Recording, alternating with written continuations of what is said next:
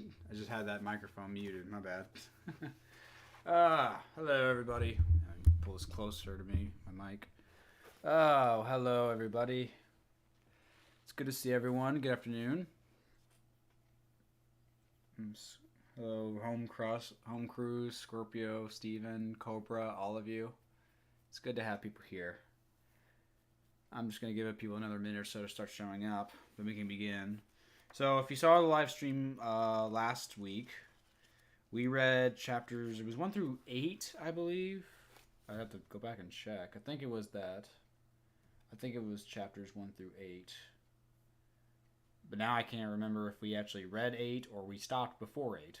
It's been over a week. I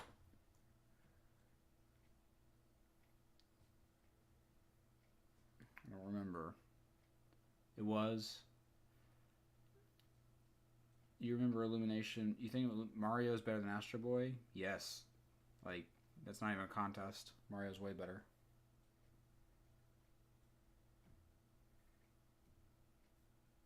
Somehow this live stream has already been sued as not advertiser friendly. It literally just started 5 minutes ago. I haven't done anything yet. And yet it's like, we don't know, your video might not be okay. I'm like, dude, I didn't even say anything. I haven't done anything. It's stupid. Hello, Rad Jack. Playing Battlefield 5 right now? Play Battlefield 1. Battlefield 1's way better.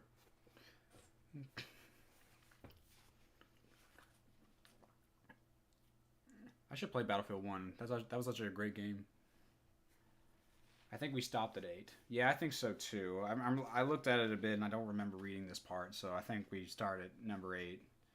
We started chapter 8. We're 80 pages in, by the way. Which begs the question, I don't know how long we're going to go into this. Maybe another 80 pages? I don't know.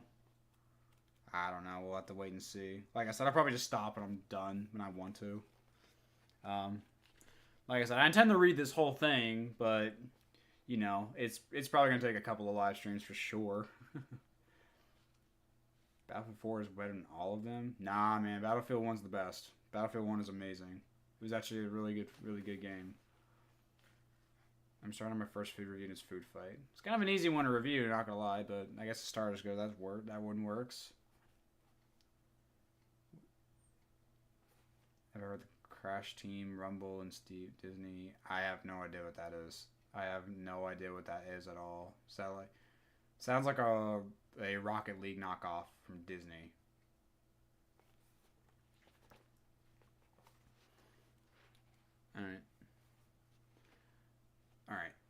Alright, so I'm gonna go ahead and start. You think you'll live stream playing Battlefield 1? Probably not, because the PC version is all full of hackers and shit. Plus the game's like 7 years old, so no one they don't take care of it anymore. But anyway, I'm gonna go ahead and get started now. So we'll pick up where we left off in the last stream. What was the hardest movie I reviewed? Probably Bright. That was the longest movie I ever reviewed. That took over a month of editing to do, so that one was pretty rough. But anyway, I'm going to get started. So we'll pick up here with Chapter 8, Look for the Silver Lining. So hopefully you saw the live stream last time. You sat through that, because that's where we pick up. So let's begin. I graduated from Samoa in 1955 with a great sense of relief. At last, I was free. Now here's something you should know. Back then, in a typical LDS family, a typical young man had all sorts of expectations to fulfill. He could get married, like my brother Bob, and go to work at a 9-to-5 job and raise lots of kids. Or, like some of my older friends, he could head off to a foreign land for 2.5 years to be a missionary, a rite of passage for many Mormon boys and some girls. I didn't have a girlfriend, and so marriage wasn't an option. As for being a missionary, let's just say it wasn't what I pictured myself doing. Bob had gotten married instead of going on a mission, and my parents seemed okay with that. So I planned, in my youthful arrogance, to be the best animator there was, and I wasn't going to wait around anymore. I was going to apply for a job at Disney. My parents had other plans. College is next, they said, and they were insistent. My grandparents owned a house in Provo, Utah, and wanted me to live in it as a caretaker, free of rent. It was all arranged. I applied to BYU and got accepted. The wheels were in motion. Goodbye, California. Farewell, Burbank. Adios, Disney and my animation career. Hello, Utah. Hello, BYU. And pardon my frowning face. I thought as I sat on my bed in my grandparents' house, suitcase beside me, but I really don't want to be here. My freshman year was anything but smooth sailing. Reading had always been an uninteresting chore, but English 101 was a big challenge.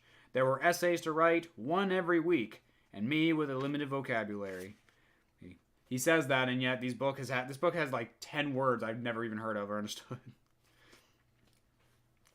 There were essays to write, one every week, and I already read that line, sorry.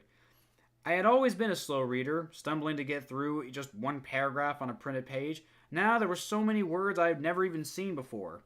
I was like a babe in the woods, trying to discard my years of, as a boy in the mirror would say, being illiterate. I wasn't ready to give up on my dream to work at the Disney Studios just yet, but I had to get through the required classes. Along with English 101, I had Physical Science 101, Religion 101, and Botany. In the furthest reaches of my imagination, I could not then fathom how a class in botany would help me to become a better animator. So I decided to take the high road, and I remembered an old song from my radio days, a tune I heard on Your Hit Parade. I sang it every morning as I walked the 2 miles to my college campus, blowing on my fingers against the winter cold, and hoping that the music and lyrics would help keep my spirits up. Look for the silver lining whenever a cloud appears in the blue. Remember somewhere the sun is shining, and so the right thing to do is make it shine for you.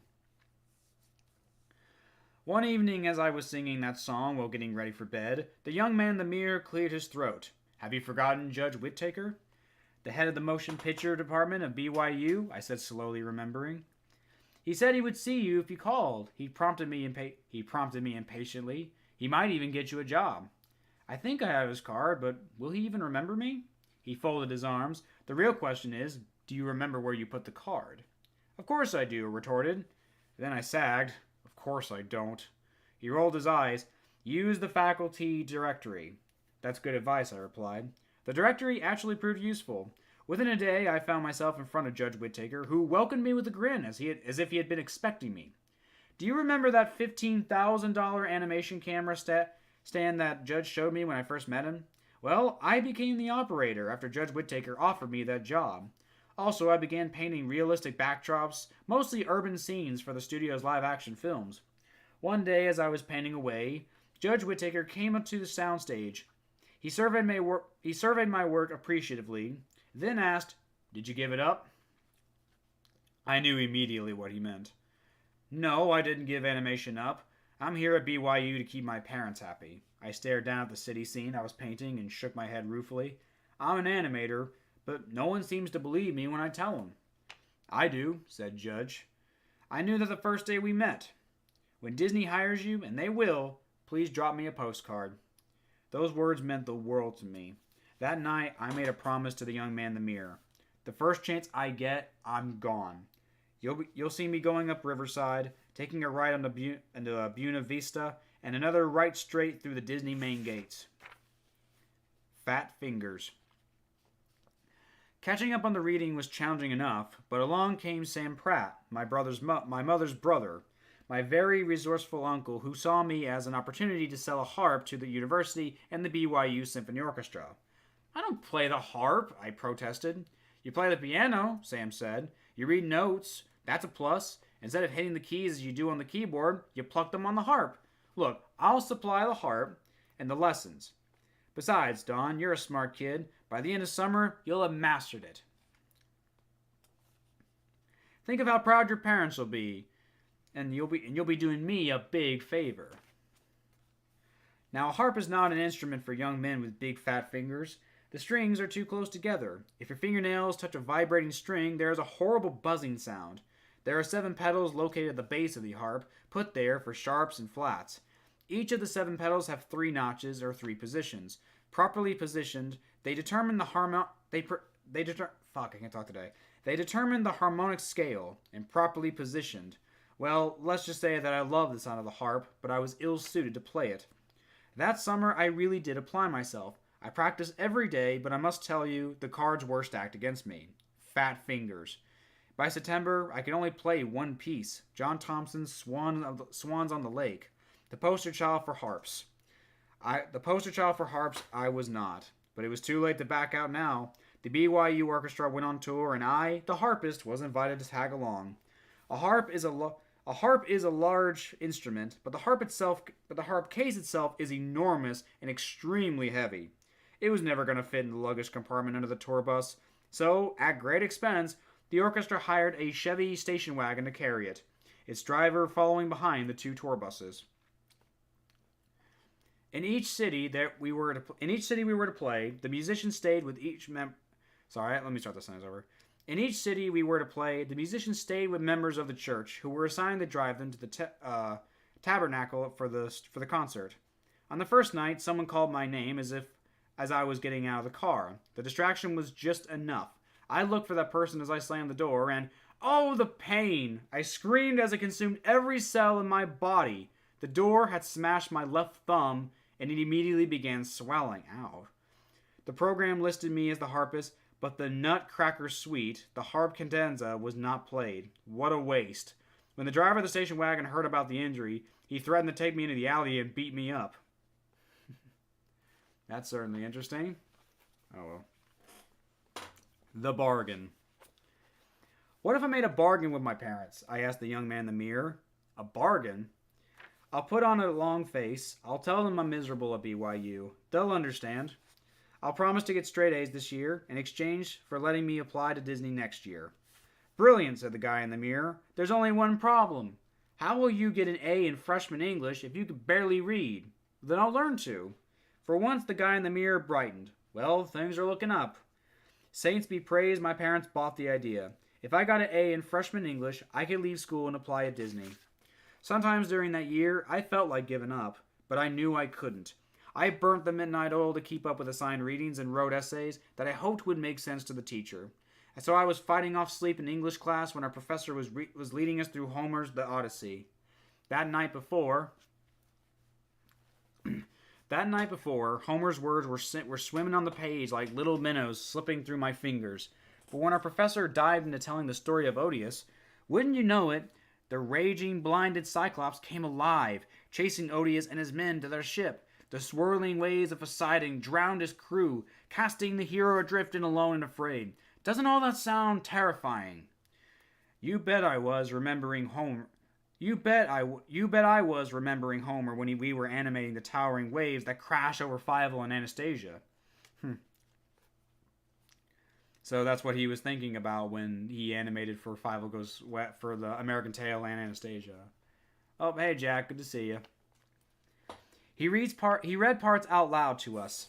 I can still hear our professor's dramatic voice. But the great level or death, not even the gods can defend a man, not even one they love, that day when fate takes hold and lays him out at last.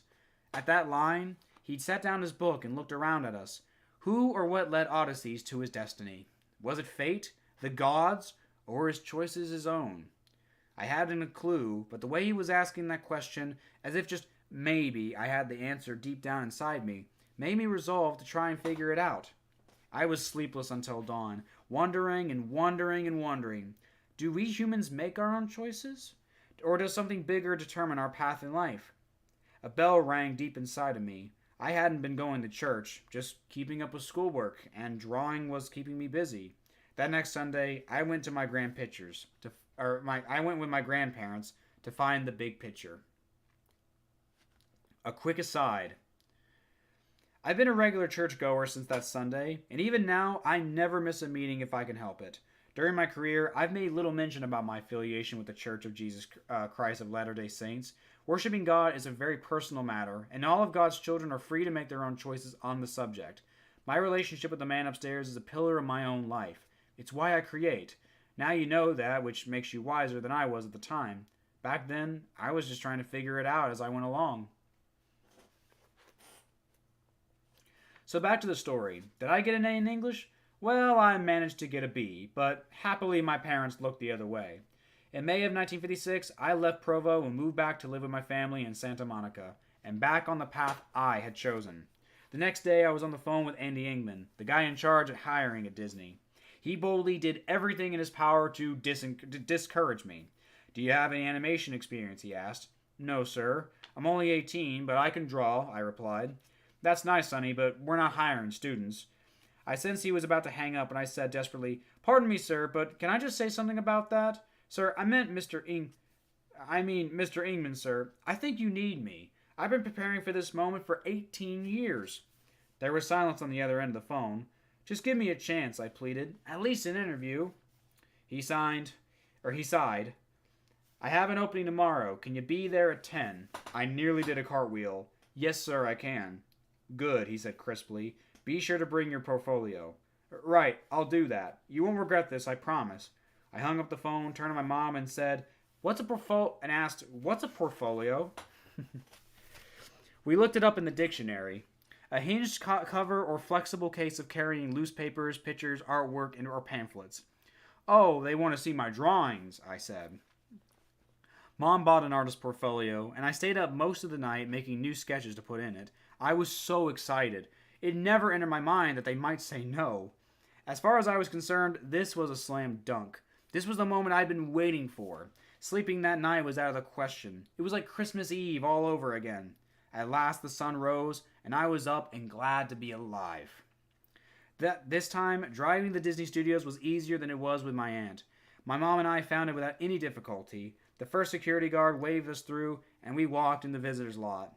We approached the window of the second security guard in the waiting room. "May I help you?" she asked briskly. I gave my name and told her that I had an appointment with Mr. Ingman. "Oh, yes, Mr. Bluth. He's expecting you. Just a moment, I'll ring his secretary. I tried to look calm as she picked up the telephone, but whispered to my mom excitedly, "Did you hear that? He's expecting me. Holy moly." My hands were sweating. I shoved them into my pant pockets, but that's where they both tightened a clenched fist. "Just have a seat," said the guard in the window. "His secretary will be right out." When we sat down, I had time to look around the room. Hanging on the walls were several framed cell setups from Snow White. As Mom noticed me glancing at these masterpieces, she put an arm around my shoulders. "No matter what they say, you keep smiling, you hear? No long face." I patted my black portfolio, knowing that the drawings inside it were good. No, they were better than good. They were excellent. "Hello, Mr. Bluth," a voice broke into my thoughts. Before us stood a young woman, about in her 20s. "I'm here to take you over to Mr. Ingman's office. If you would follow me, please." Mom stayed in the waiting room as I tucked my portfolio under my arm and walked behind Mr. Ingman's secretary through a door and into a different world. Beyond the gates lay beautifully manicured lawns and a neatly paved street. We turned right at a signpost that read Mickey Lane and Dopey Drive, and I followed her up to the huge animation building. "Is Walt Disney here?" I asked eagerly as we entered. "Usually he is," she said, "but not today. He's in Anaheim working on his Magic Kingdom, Disneyland." She opened the door to Mr. Ingman's office, ushered me inside, made the introductions, and then left. "Have a seat, Dawn." I was getting nervous again, but Mr. Ingman reminded me of a large, kind-looking bear. His desk was devoid of clutter, but around its perimeter stood a menagerie of little animals sculpted from kneaded erasers. They were tiny, about an inch high. I knew at once that he was very proud of his work, and that he had a lot of free time on his hands. "You can call me Andy," he said, as he picked up the phone. He dialed the number and told whoever was on the other end of the line, "Mr. Bluth is here now, if you would like to come and take a look at his portfolio." He hung up and we waited. I tried not to fidget. 2 men entered his office. Animators, I suppose. They opened up the portfolio, and my heart began pounding in my chest again. As they shuffled through the drawings, there was a few grunts and nods. "Can we borrow this one for a minute or two?" one asked. I was too nervous to speak, so I just nodded. Well, said Andy, when they and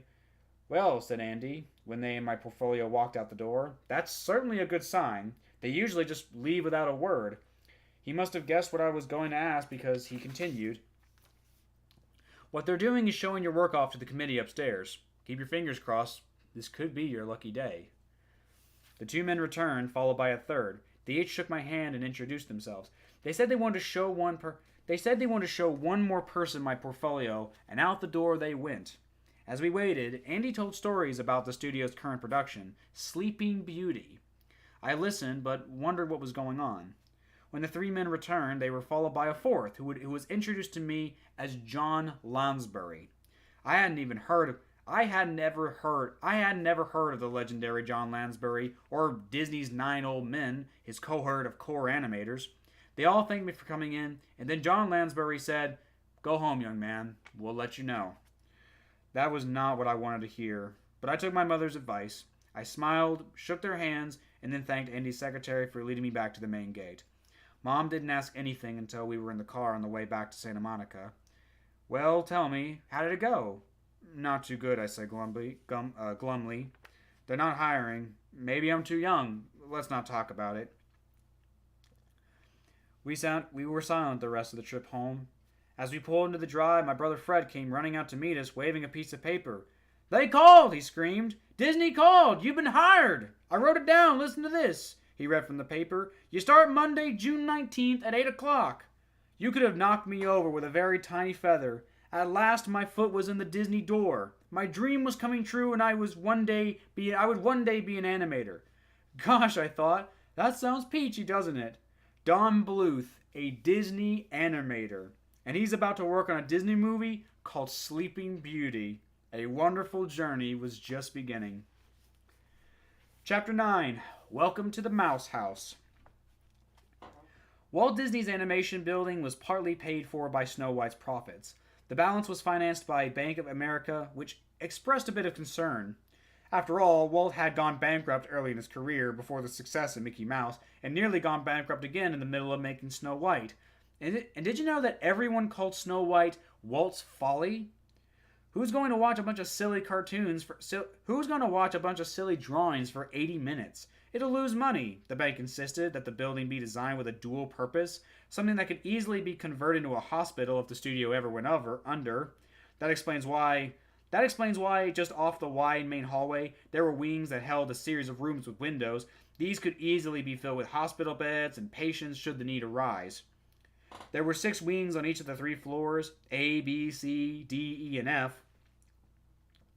At 8 o'clock in the morning of June 19th, 1956, I arrived at the door of Andy's office. He was waiting with a little old bald fella with no teeth. That guy wore a Hawaiian shirt and noisy flip-flops, as if they were a tourist just back from vacation to Maui, and he chewed on a stub of an unlit cigar. This is Johnny Bond, said Andy. He's an in-betweener extraordinaire. See, once he did 30 Donald Duck in-betweens in 60 minutes. He'll find you a desk and a bullpen down in A wing. You can start by learning the in-between. He'll give you some practice extremes from Alice in Wonderland. I don't know what an in-betweener is. Excuse me. Jeez. Oh, let me get a drink here. Jesus. I don't know what that was. I just got something in my throat there. This is before animated movies were the norm. Yeah, pretty much. You got like maybe one animated movie every like 3 or 4 years at the time. It was pretty rough. And Disney was the only one making them. Sorry about that. Let's start over. Where was I? Oh, right here. I don't know what an in-betweener is, sir, but I'm happy to do whatever is needed, I said. Let's go, Blutcher, Johnny said. Let's go, Blutcher, Johnny said around a cigar stub. I soon discovered that Johnny Bond's imagination was as colorful as his clothes. He was in charge of so many artists that he didn't even bother to learn their real names. Instead, he just made up some of their own. Blutcher was the closest he ever got to me. The 3 other guys in the bullpen were friendly, although I soon learned that we were all in competition to land a better job. Being an in-betweener was considered an entry-level position. Johnny sat down at my animation desk with 2 drawings of the White Rabbit from Alice in Wonderland, one with his hands at his sides and one with his hands in the air, the 2 extremes of action. I learned from Johnny that an animator has drawn these, and it was up to an in-betweener to fill in the drawings between the first drawing and the last one. He'd be helped by the breakdown person, who was like a glorified, more skilled in-betweener. A breakdown person figured out how to break down the action into smaller parts, which then a less skilled in-betweener could complete. The width of your pencil line has to be the same width as the lines in the 2 extreme drawings, and the same density, Johnny muttered, while munching on the brown wet thing sticking out of his mouth. I never remembered him lighting the cigar, he just chewed on it. Heck, I could do that, I thought.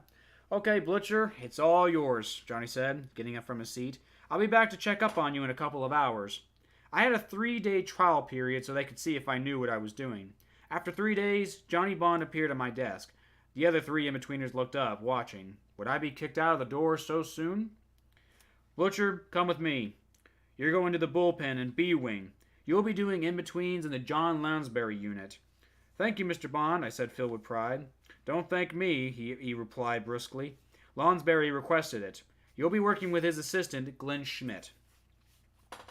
A dream come true. Here, there's a drawing in this picture. I'll show you guys real quick.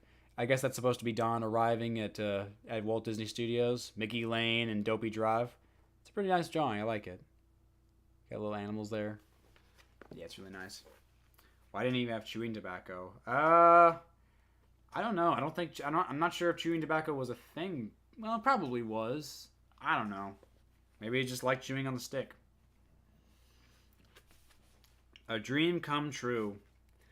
That evening, standing before the mirror, I couldn't help crowing. It wasn't just a practice drawing. No sirree, sir. Today was the real thing. I drew Herbert, one of the two kings in Sleeping Beauty.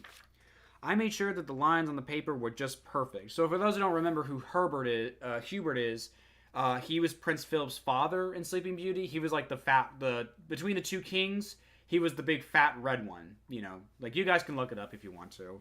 I'm not going to do it here for this stream. If you guys are curious who he's talking about, you guys can look it up yourselves if you want.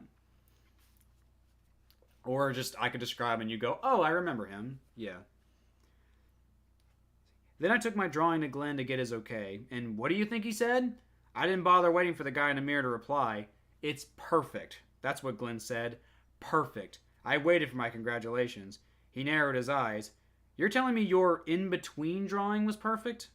Darn tootin' it was. You're looking at a Disney animator. He shook his head. I'm looking at a college dropout. You did an in-between drawing. You're at the bottom of the animation pecking order, he paused. Don't you feel even a tiny bit guilty about leaving school? Nope, I replied. The guy in the mirror wasn't going to take my accomplishment away from me. I made a drawing that will be in a Disney movie, and I'm taking home $35 a week. Next, I'm going to meet the big boss, Disney himself. You'll see. Jesus, I'm like, how much would that be nowadays? How much would that even be nowadays? Like, can anybody look that up for me? I'm actually curious. Like, $35 a week. That's $35 a week, so adjust that to, like, modern day. Like this is this is the 1950s, so, like I said, I'm not sure how much that would be. Like, can somebody, like, do that for me? Like, look it up and tell me, like, how much that would be in today's money? I'm actually curious. Moving up. My parents had taken on the responsibility of getting me to and from the studio. Then one day, Glenn Schmidt stepped in. I live in Santa Monica, over near Olympic, he said. If your parents could get you to Olympic and Bundy by 7:30 every morning, I can take you the rest of the way. I was touched by his kindness. Thanks, Glenn. I hope someday I can return the favor. This was my first real paying job. I saved for weeks until I had enough money to put money down on a 1949 Chevrolet, a hatchback with pipes and a very noisy vehicle. According to my neighbors, I adored the drive to work every morning. I drove up Betty Glenn Boulevard with my windows down, singing to the enchanted landscape with fairy tale cottages on both sides of the road, nearly hidden by ivy, lilac bushes, orange trees, and weeping willows. I used to imagine that God planted them there just for me, so I would be happy as I traveled each day to and from my dream job. Oh, Jesus loves me, I bellowed. The Bible tells me so. Every time I think about that song, I just immediately think about that one sequence from BioShock where, like, you're supposed to take a picture of a splicer. I don't know if anybody out there's played BioShock. It's one of my favorite video games. I love that game. I actually played it on the channel, but it's one of my favorite sequences in the game. Like, you're supposed to take a picture of a splicer, which is one of the game's antagonist, and he's singing the song, Jesus loves me, this I know. It's really creepy and horror, and it's really scary. It's really cool, though. I love that game.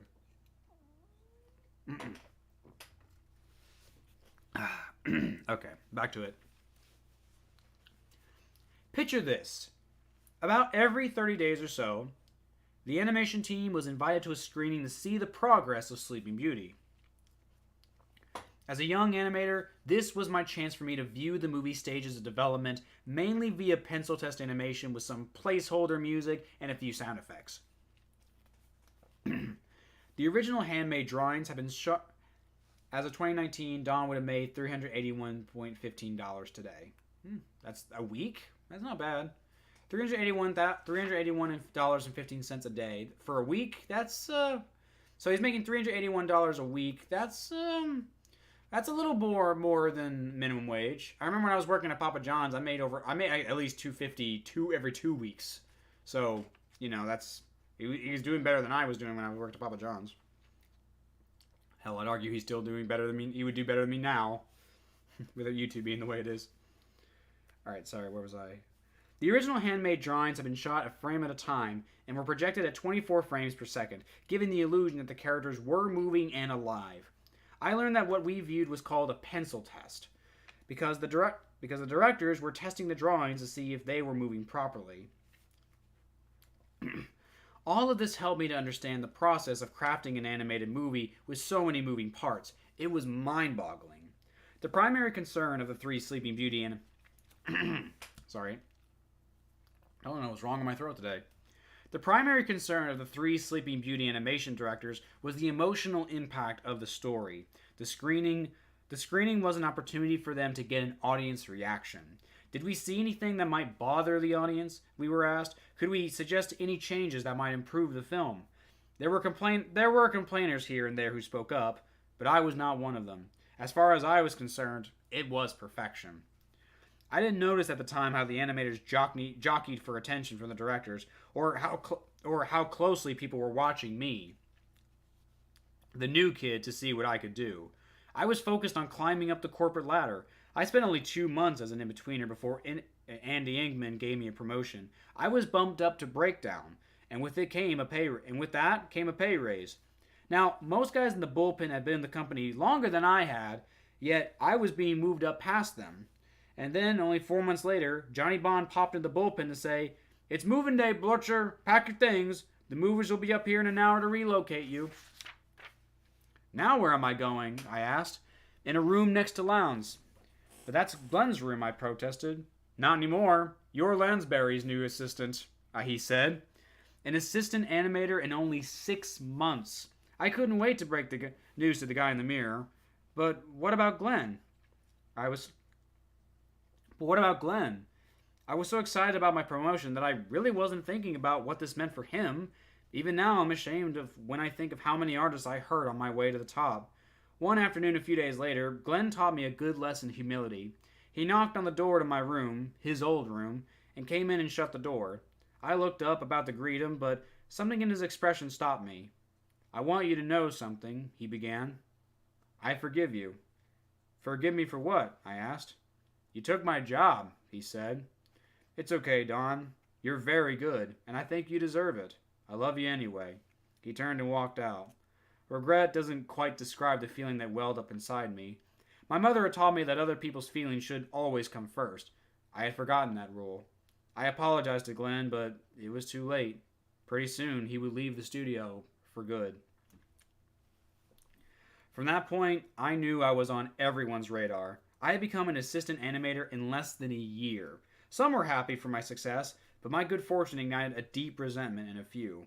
I tried hard not to feel guilty. It wasn't like my drawing skills were handed to me on a silver platter. I worked hard for them. I've been developing them for the last 14 years since age 4. Suddenly, I thought about Flash. What would he say about all of this? For those who don't remember, Flash was his horse that he was forced to give up. Clear as the song of a lark in the meadow came the sound of his voice in my head. "Be of good cheer, Don. To those who have helped you along the way, be grateful. To the rest, be forgiving and kind." I tried to keep those words close to my heart. Excuse me. A tiny part of success is luck, but the rest of it is work and who you know. In my case, it was John Lansbury.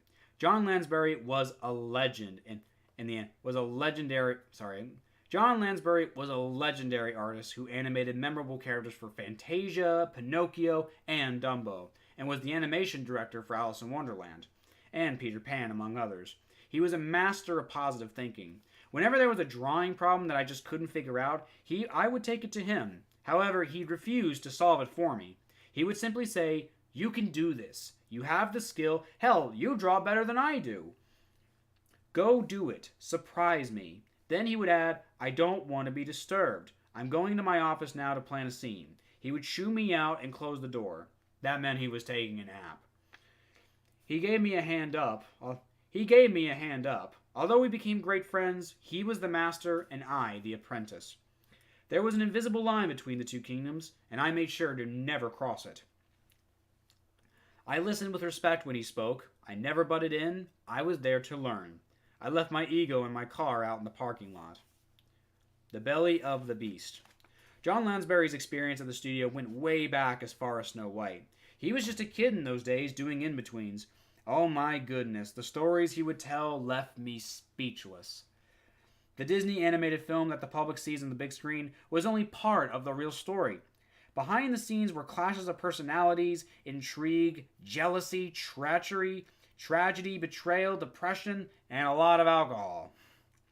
Who hasn't been thrilled to hear the music of Frank Churchill? He wrote most of the music for Disney's Snow White and the Seven Dwarfs. Hi-ho, Whistle While You Work, and Someday My Prince Will Come. These are songs that made the whole world sing before Barry Manilow ever took the stage. Mr. Churchill's career spanned 7 years. Then on May 14th, 1942, he died of suicide. The rumor was that he died at his piano from a self-inflicted gunshot wound after a critical discussion with Walt regarding his latest score for Bambi. However, many of his colleagues contend that he was simply driven by a deep depression brought on by the death of two very close friends. Or Cliff Edwards, the voice of Jiminy Cricket, also known as Ukulele Iki. It's a weird Hawaiian word, I'm not sure. I'm just going to call him Cliff. If he comes back, I'm going to stick with Cliff. Toward the end of his life, he suffered from dementia, eventually becoming impoverished and quite forgotten, sadly. His body was given to the UCLA Medical School. Later it was retrieved at Walt's request and given a proper burial. Then there was Freddie Moore, a rare talent who was responsible for redesigning the character of Mickey Mouse for his landmark performance in The Sorcerer's Apprentice and Fantasia. He was the principal animation supervisor on the characters of Snow White's Seven Dwarfs, many of the mice in Cinderella, and some of the White Rabbit scenes in Alice in Wonderland. For years, Freddie's drawing style epitomized the Disney look. The veteran animators just scratched their heads and tried to hide their envy at his ability to capture such appealing characters. His enthusiastic, optimistic spirit embodied his drawings and inspired the animators who worked alongside him. So news of Freddie's death in 1952 in a head-on car crash shook everyone at the studio. Just an accident, nothing more than that. But another artist's story that gave me pause. As a child, I only saw the beauty of Disney films. The movie is one thing, but it isn't the whole picture. There is so much more to understand. Behind the movie screen fantasy was real life, and much of it tragic. Most of John's stories were positive and encouraging. His own career was filled with happy memories. Occasionally, however, he did give me a peek at the underbelly of the beast. This made me wonder, was the struggle the thing that drove the artist to create something beautiful worth it? I used to tell myself that these philosophical thoughts weren't meant for an 18-year-old. There would be plenty of time to ponder that stuff later. The Great Happening. The young prince is born, shouted the animals with great excitement as they rushed towards the thicket to see Bambi, the newborn deer. What a great moment. Sorry. I feel like I got a burp coming on. I think I'm okay. Yeah, I'm okay. What a grand moment that was when I first saw Bambi in the theater. Something similar happened to me in real life. It wasn't a birth of an animal or even a human. It was the sighting of the legendary figure of Walt Disney. Dave Suding, a happy-go-lucky teenager and an in-between artist at Disney, came bounding into my room one morning. "Come quick," he blurted. "You've got to see this. He's out on the front lawn under the cork tree." "What? Who are you talking about?" "You'll see. Come on." He bolted out the door. I followed. "We can't get caught," he said. "We'll hide in the bushes." "Are you going to get us in trouble?" "Quiet, Don. Just follow me." We slipped into the hollow of a juniper bush. A group of people were clustered. A director, script supervisors, a makeup artist, cameramen, about 25 feet from us. "There he is. He's filming a segment for his Mouseketeer show." "Who are you talking about?" "See for yourself," Dave whispered. Squatting to keep out of sight, I peeked through the branches. On the outskirts of the crowd of people stood Walt Disney.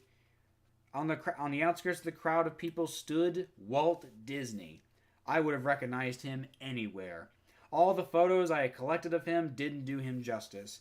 Even with a makeup artist touching up his face and tissue stuffed in his collar to avoid dirtying his white shirt, he looked magnificent. Finally, the makeup artist was finished and removed the tissues.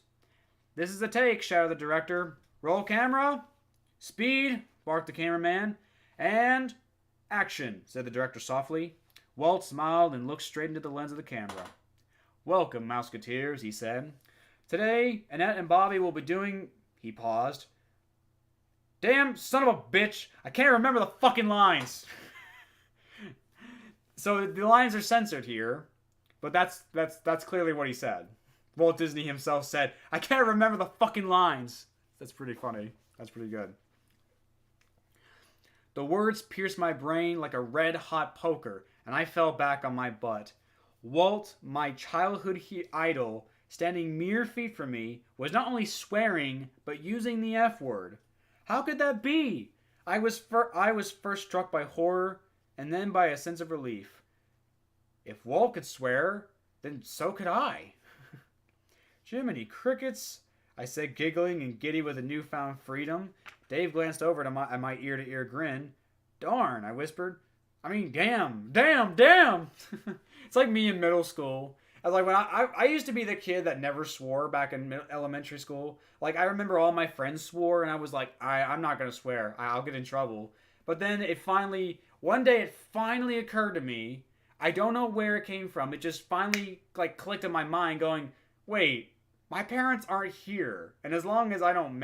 And since everyone's swearing, it's not like they're going to tattle on me or anything like that. They don't even know my parents. So, like, oh, wait. My parents are never going to know I'm swearing, so... Fuck it. Oh, my God. I know that feeling exactly. When you finally get that liberating feeling that's like, well, what my parents don't know won't hurt them. So it's like... That's like your first act of teenage rebellion. You start swearing and stuff and saying curse words. It's pretty good. I had a lot of catching up to do. If Walt could swear, then so could I.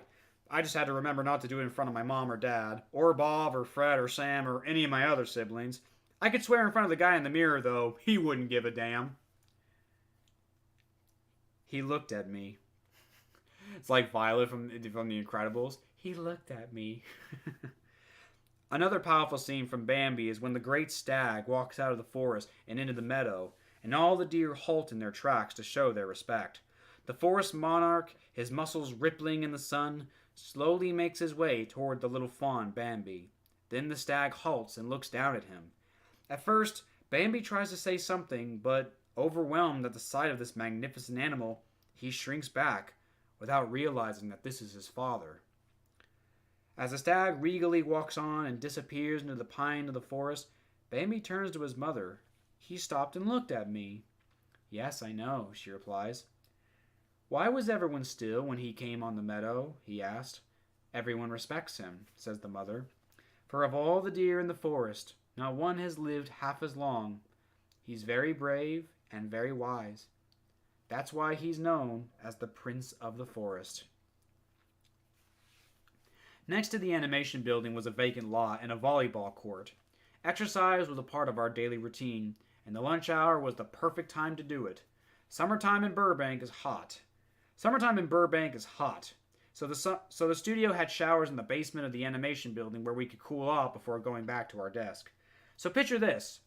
The volleyball game had just ended. Covered with sweat and dirt, my teammates and I continued to toss the ball back and forth as we make our way back towards the animation building.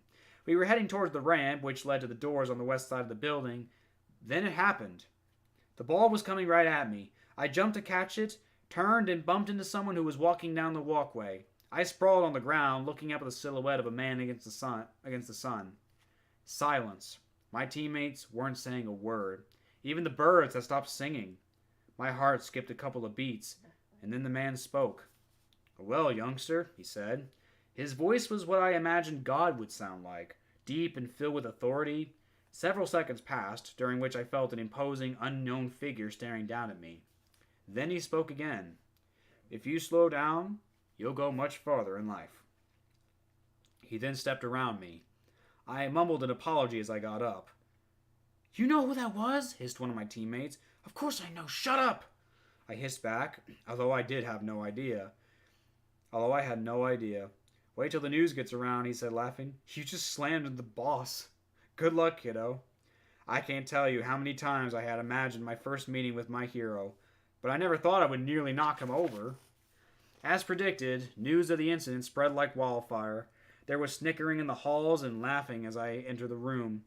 John Lansbury was the only one with some comforting advice. Well, look at it this way, kid. Walt will remember the kid who bumped into him, and he'll ask your name. What could be better? He'll also find out that you have talent. This could be a good thing. It's gotta have appeal. During my apprenticeship with John Lansbury, I noted that when he was especially having trouble with a building with a drawing, he would grumble. I don't like this drawing. It has no appeal. He liked to use that word.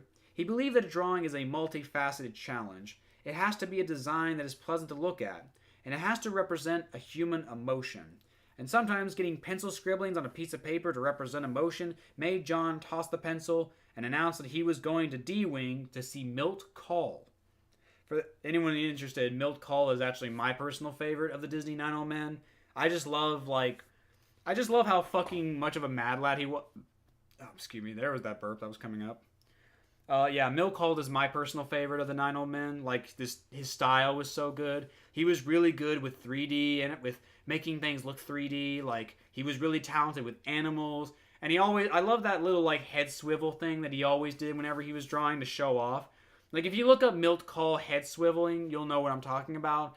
He did it with, Shere Khan. He did it with, Little John and Robin Hood, where their heads would, shake around like that. It's a very difficult thing to do in 2D, but he knew how to do it, and he did it very well. And he would do that on purpose for the sole purpose of just showing off that he could. Which, dude, such a fucking mad lad. If you got that skill, you flaunt it. Don't be ashamed of that. If you can do it and no one else can, bring it to the table. Because if you can do it, but you just choose not to, then it's never done. That's how I see it. If you can do it, and no one else can do it, but you choose not to do it, it never gets done. So think of it that way. You're the only one who can do it, so why not do it? There you go. That's what Milt did. And I respect him for that. I love that shit. If I'm not back in an hour, John would say, send in the SWAT team. Of course, he was joking, but maybe not entirely. It took courage to enter D-Wing. It was the abode of the Olympians, a holy ground, a dwelling place for animators already canonized in the flesh. I was warned that the unwashed masses were not welcome there, myself included, so I stayed out. Is you go talk about Mulan live action? I assume you're asking if I'm going to talk about it in the future. I might in the future. I have plans to in the future. We'll have to wait and see. Milt, one of Walt Disney's 9 Men, had a reputation for being long on talent and short on patience. He was such a perfectionist that sometimes he could be very cruel. He was not the kind of man you reasoned with, but the kind that you listened to, provided you had sense enough to know that. In the realm of design, he was king, queen, and the whole court all rolled into one. Even more disconcerting was his pellet gun. These were only rumors, of course, but some said that if you listened closely at his door, you could hear the popping of Milt emptying the pellets into a riddled wall at Burbank telephone directories. Marksmanship was only one of his many hobbies. He was also an excellent fly fisherman and tap dancer. But if you needed a drawing, it was worth the risk approaching Milt. If he made you just one drawing, no matter what your animated scene might become, it would look great. Guaranteed. I often wondered if all the bad press circulating around his cantankerous nature wasn't his own creation, Maybe the same reason any sovereign surrounds his castle with a moat filled with ravenous alligators.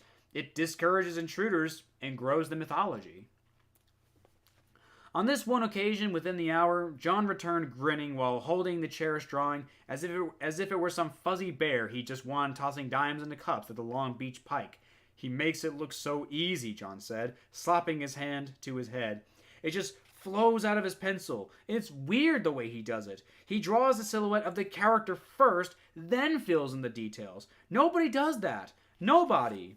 Nowadays, that's considered actually how you do it. Like, you draw, like, the silhouette. You draw the very basic, like, shape of the character. Like, you'll draw, like, basically the head. You'll draw, like, a big circle to be the head. Maybe you'll draw a little square to be, like, the chin or whatever, the little neck.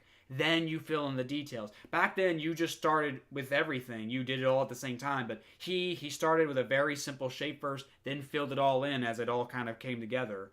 Which, at the time, was very unique. But nowadays, that's pretty much how everyone draws it. That just shows you, again, how freaking good Milt was at drawing. Like, he freaking revolutionized the concept of 2D animation.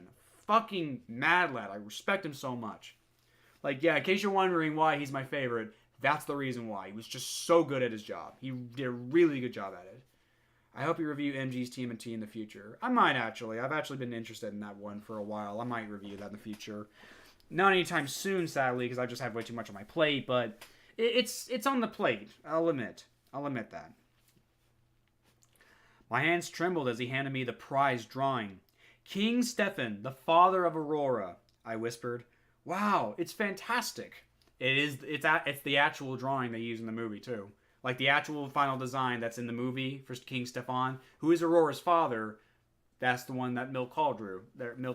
How crazy is that? Milt once had deigned to show me a book he was carrying through the halls of the animation studio. Come here, I want to show you something, he said, and opened up his book, which was filled with paintings. This, he said reverently, is Picasso. I looked at the paintings and drawings and saw a lot of distorted people and animals. Back then, I didn't know what he was seeing, but apparently even stars have stars that they look up to. Still admiring Milt's drawing, I said to John, you just sort of get it right off, huh? I had a flash of inspiration. It reminds me of a Picasso.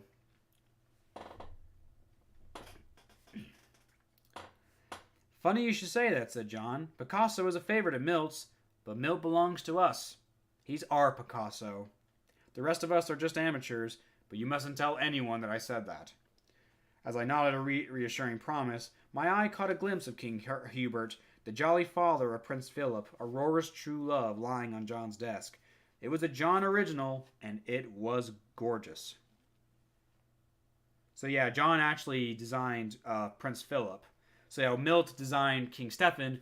John went on to design Prince Philip, which was in the final picture as well.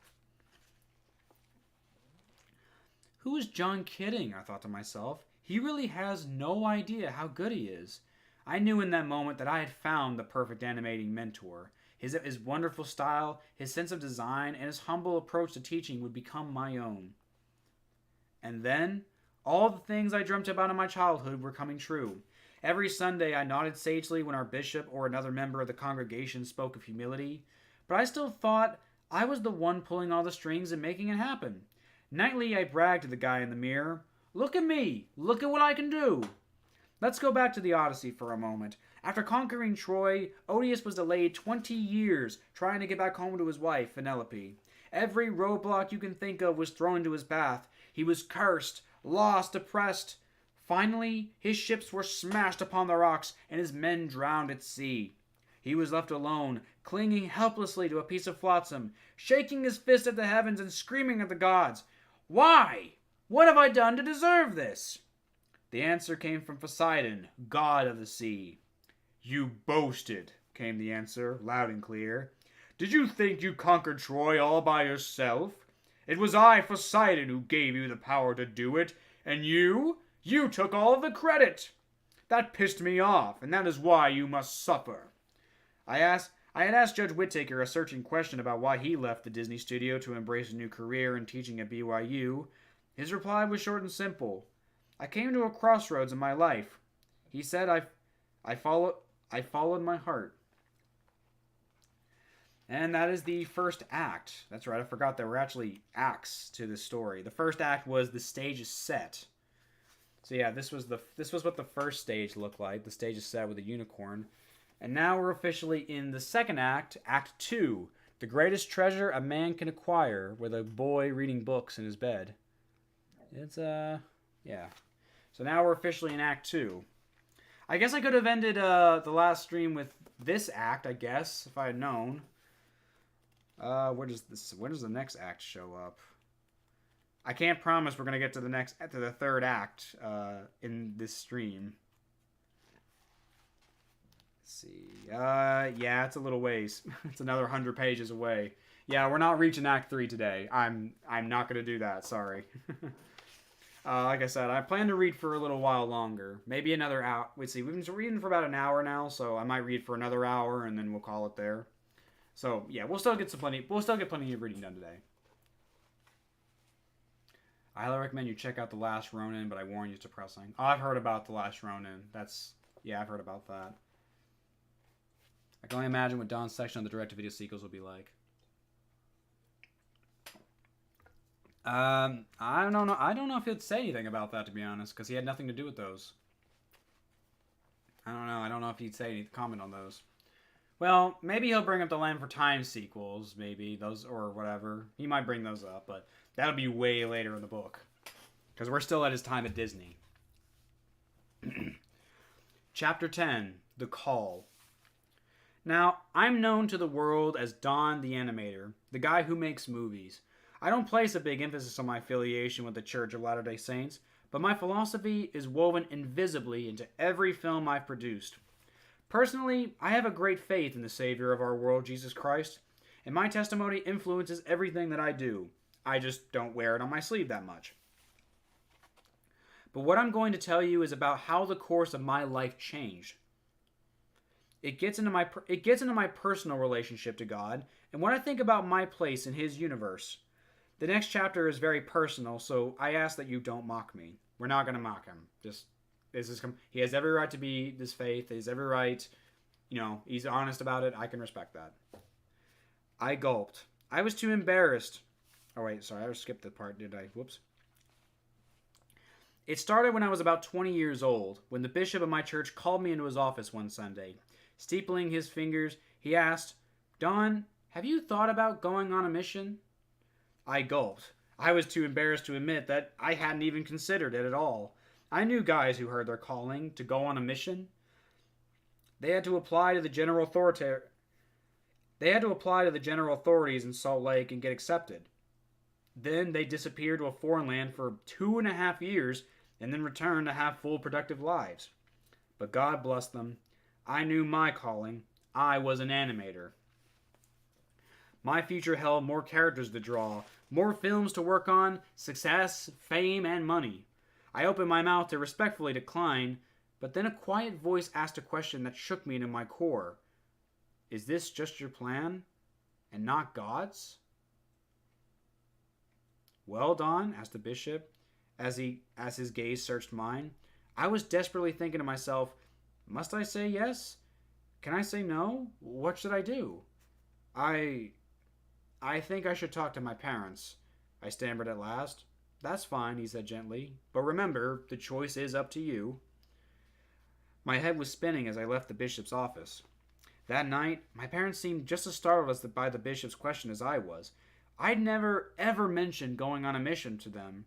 It just wasn't in the cards, so I sought counsel.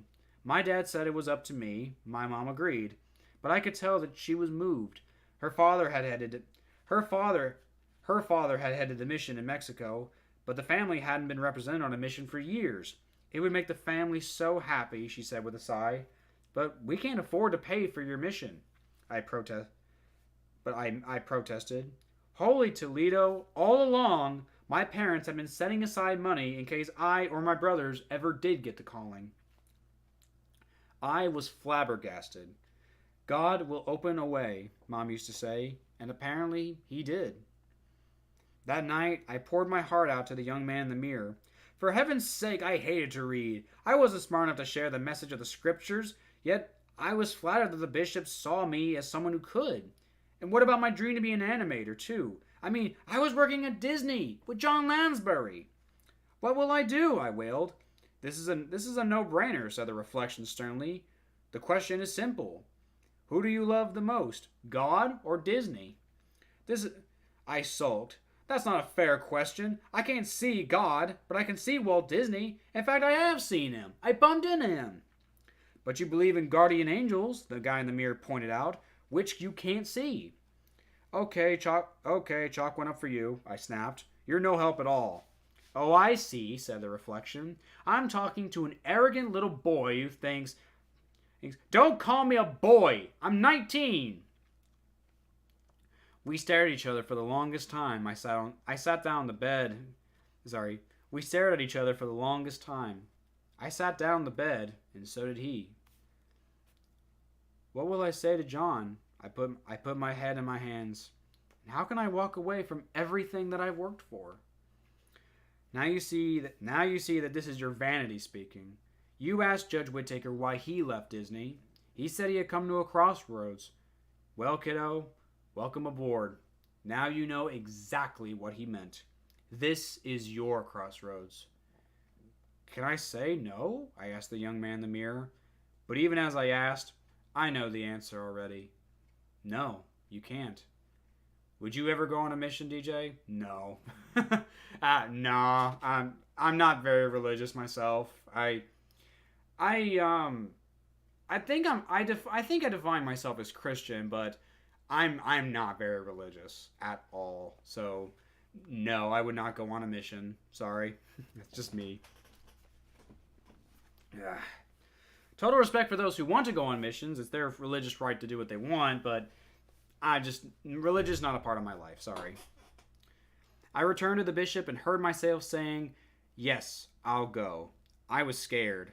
I didn't want to leave my home and my family. I didn't think I could be a missionary. But I was obedient to the call. This was God's way of saying, Don, I need you to do something for me. And I listened. Days passed by. Days passed by while the application was being considered by the general authorities in Salt Lake City. I said nothing to my fellow animators or John Lansbury. Finally, an envelope was addressed to me for Salt Lake. Finally, an envelope addressed to me from Salt Lake arrived in the mail. I let my mother open it, and she looked so happy she read its contents that I felt a little better. You have been assigned to the Argentinian mission for 30 months. Please report to the Salt Lake Mission home for orientation. You will be traveling by boat to Buenos Aires on the SS Argentina, leaving New York City. Buy 2 suits, preferably wash and wear. At least 6 white shirts with ties, socks. Also buy a book of Spanish grammar. You will be teaching yourself to speak the language. A certain hymn we sang in church pretty much summed my feelings at this point. I'll go where you want me to go, dear Lord, over mountain or plain or sea. I'll say what you want me to say, dear Lord. I'll be what you want me to be. It was time to leave Disney.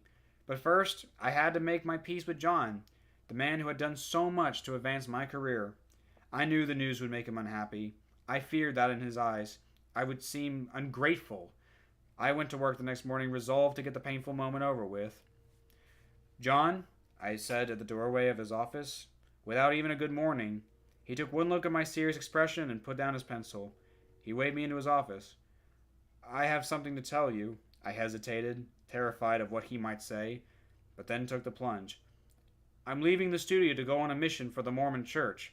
I'll be gone for 2.5 years. John bowed his head. He was silent. I couldn't stand the idea that he might be disappointed in me. I blurted, the hardest part of making this decision is leaving you. You've become more than just a mentor to me. You were the one who gave me the world that I've always wanted, and it pains me to say goodbye. John lifted his head to look right into my eyes. With a faint smile, he said, I respect what you're doing. It's very brave. I departed the studio that day with a few personal things in a box, repeating desperately to myself, grown men don't cry. Grown men don't cry. Hey, ATM, it's good to see you. By that time, the other artists had heard about my plans. I'm sure they were rejoicing from the artists who resented my success, but as I walked down Dopey Drive, a couple of the friendlier artists tapped on their windows to wave goodbye. I made it through the front gate and into the driver's seat of my car before I lost it. It would be 14 years before I would return full-time to the Disney studio. By then, Walt Disney would be gone, and the studio would be a very different place. So yeah, Don only met Disney one time in his entire lifetime, and it was that moment when he bumped into him by accident. And he heard that line if you slow down, you'll go much further in life. That's pretty sad. So now we're entering his journey into Argentina for his Mormonship or whatever it's called, his mission. Walking in Walt's footsteps. As soon as I'd received the letter from the general authorities, I'd gone straight to the pages of the Encyclopedia Britannica to look up Argentina, only to see a typical Argentinian family in grass skirts standing before a thatched hut. Then I remembered a documentary of a visit to Argentina by Walt Disney and a crew of key animators sometime in the 1940s. It was during the making of Saludos Amigos, which featured Donald Duck and Jose Carioca, the parrot. In the documentary, the Argentinians celebrated Walt's visit at great expense, with music, dancing, and sumptuous tables laden with South American cuisine. There had not been a grass skirt or a thatched hut in sight. During my own mission, many of the Argentine church members recounted Walt's visit to their country. This always brought a happy spirit into the room, and made me wonder, the general authorities in Salt Lake could have sent me anywhere in the world. Why Argentina? Coincidence, you say? I just don't believe in coincidences. The journey. Packing my 2 suitcases was easy. Saying goodbye to my family, who had gathered at LA International Airport to see me off, that was rough. After tears, hugs, and promises to write, I boarded the plane bound for Salt Lake City's 3-day orientation. I had never actually flown in a plane before. Wow, what a shock to feel the plane lifting off the ground that I had walked on for my whole life. As there's a little drawing here about the word Argentina, where it says the word Argentina. He spells it out right there. It's kind of hard to see, isn't it? But yeah, there's that. During the flight, I resolved to start my Spanish language studies. On page 5 of my Spanish grammar book, I read to myself, "Como está unst? Tengo much gusto en conocerle." I am terrible at Spanish. I don't know what it says either. What did the words mean? I hadn't a clue. It was a night flight, and as we started our descent, the lights of Salt Lake twinkled below us. I heard a little voice whispering in my head, "I'll make it up to you. You will inspire many to follow their dreams." I took heart that I was following in Walt's footsteps. After a solitary night in a hotel, I arrived early the next morning at the Tabernacle, where I had learned the other missionaries were gathering. To my delight, the hall was packed with young men my age, maybe 400 strong, from all parts of the United States. Like me, they were spiffed up in suits, ties, and polished shoes, all going on missions around the world.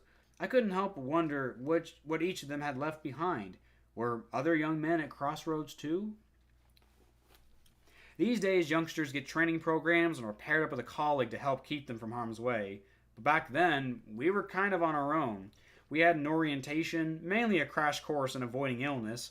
I had no idea that going to another part of the world would mean encountering a whole new army of bugs in the form of bacteria.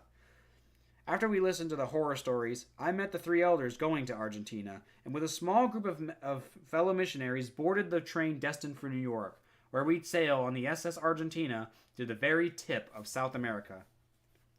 During that long night, while my fellow missionaries slept, I stared out the window. Seeing America through a train window from the west coast to the east coast was strangely disappointing.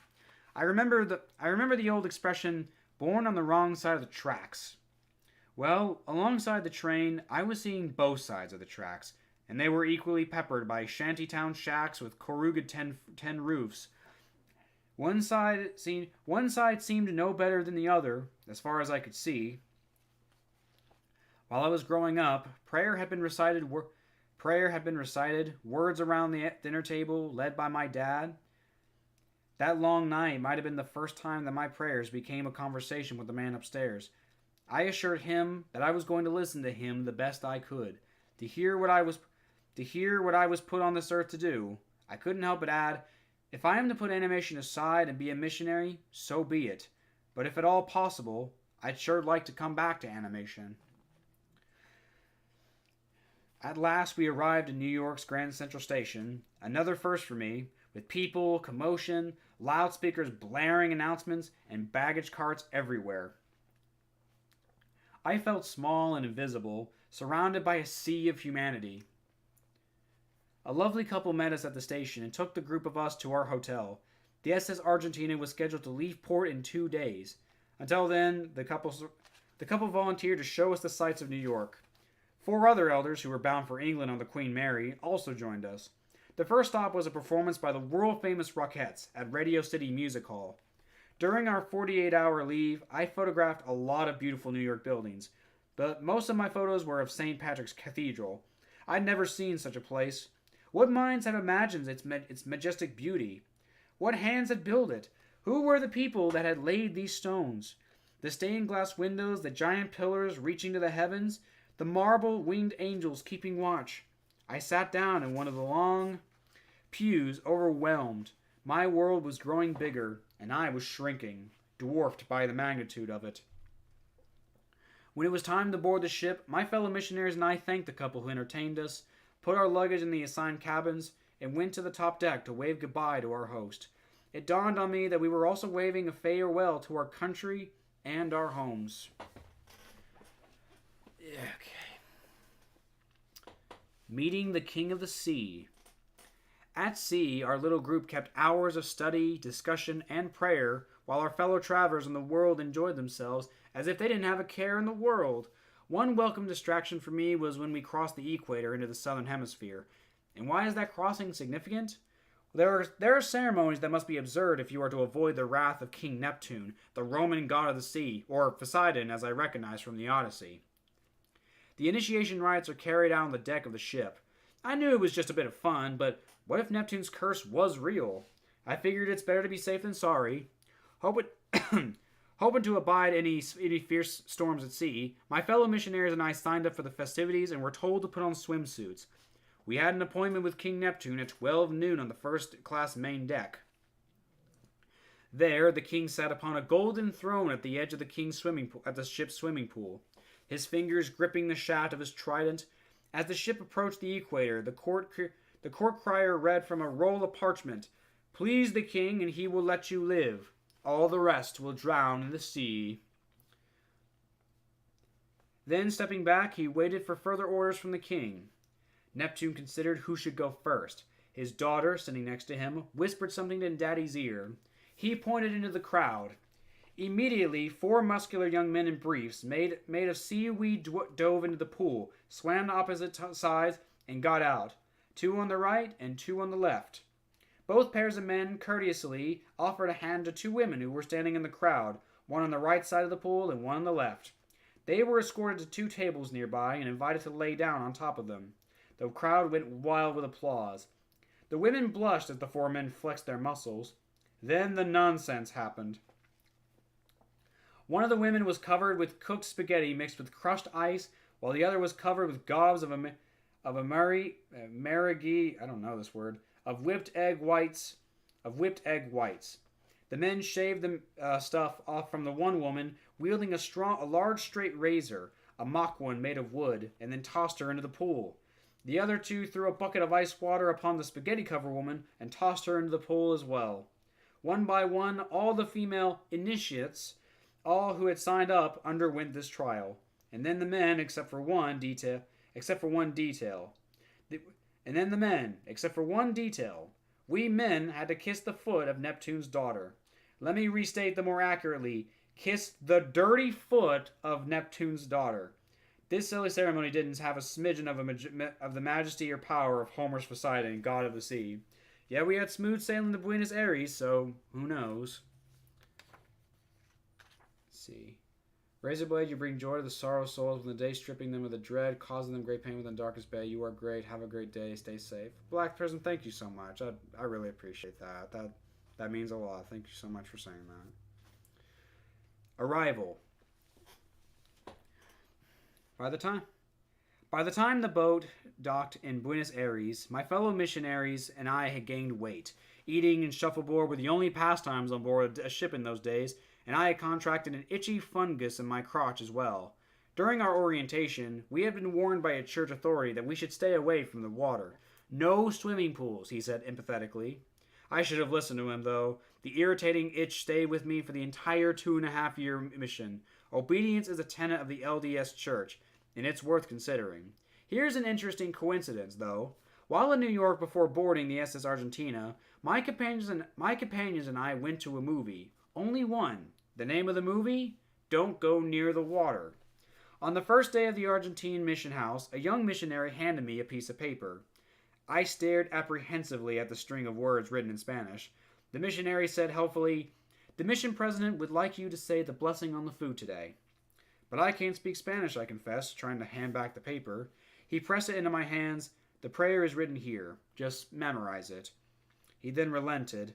"I'll help you now, but you've got to say it alone when the time comes." And I managed to do it myself, stumbling through the Spanish prayer in front of everyone. After my pathetic performance of the blessing of the food, my consolation was the thought that things can only get better.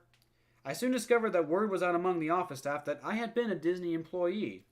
After dinner, the mission president's wife, Sister Pace, brought me a poster and asked me to take a look at it and tell her if it was any good.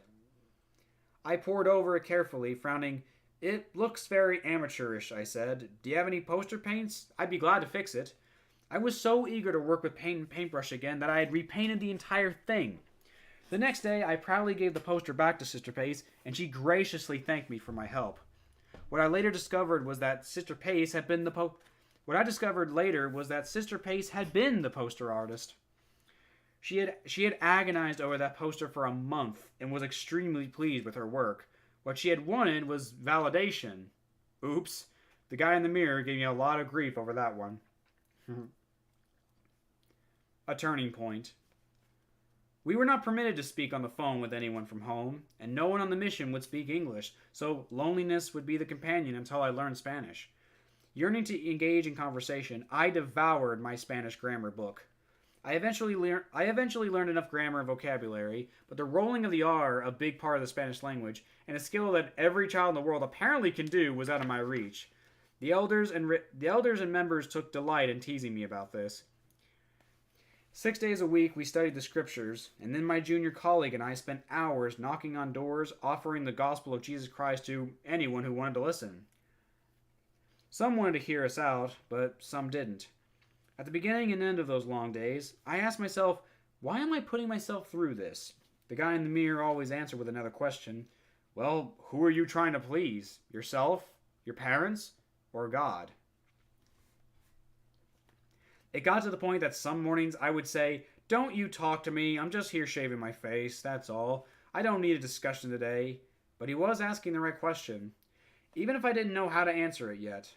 With prayer, every day became, as the elders would say, an opportunity of growth. I just had to have faith that my path would lead wherever it needed to go. Part of a mission is to speak of the nature of God, which is a tall order. I mean, how on earth do you describe what is invisible, yet always around us? Is Mormon teachings Jehovah, God of the Old Testament, created the world we live in, under the direction of God as Father? Mormons see God the Father and God the Son as two distinct personas,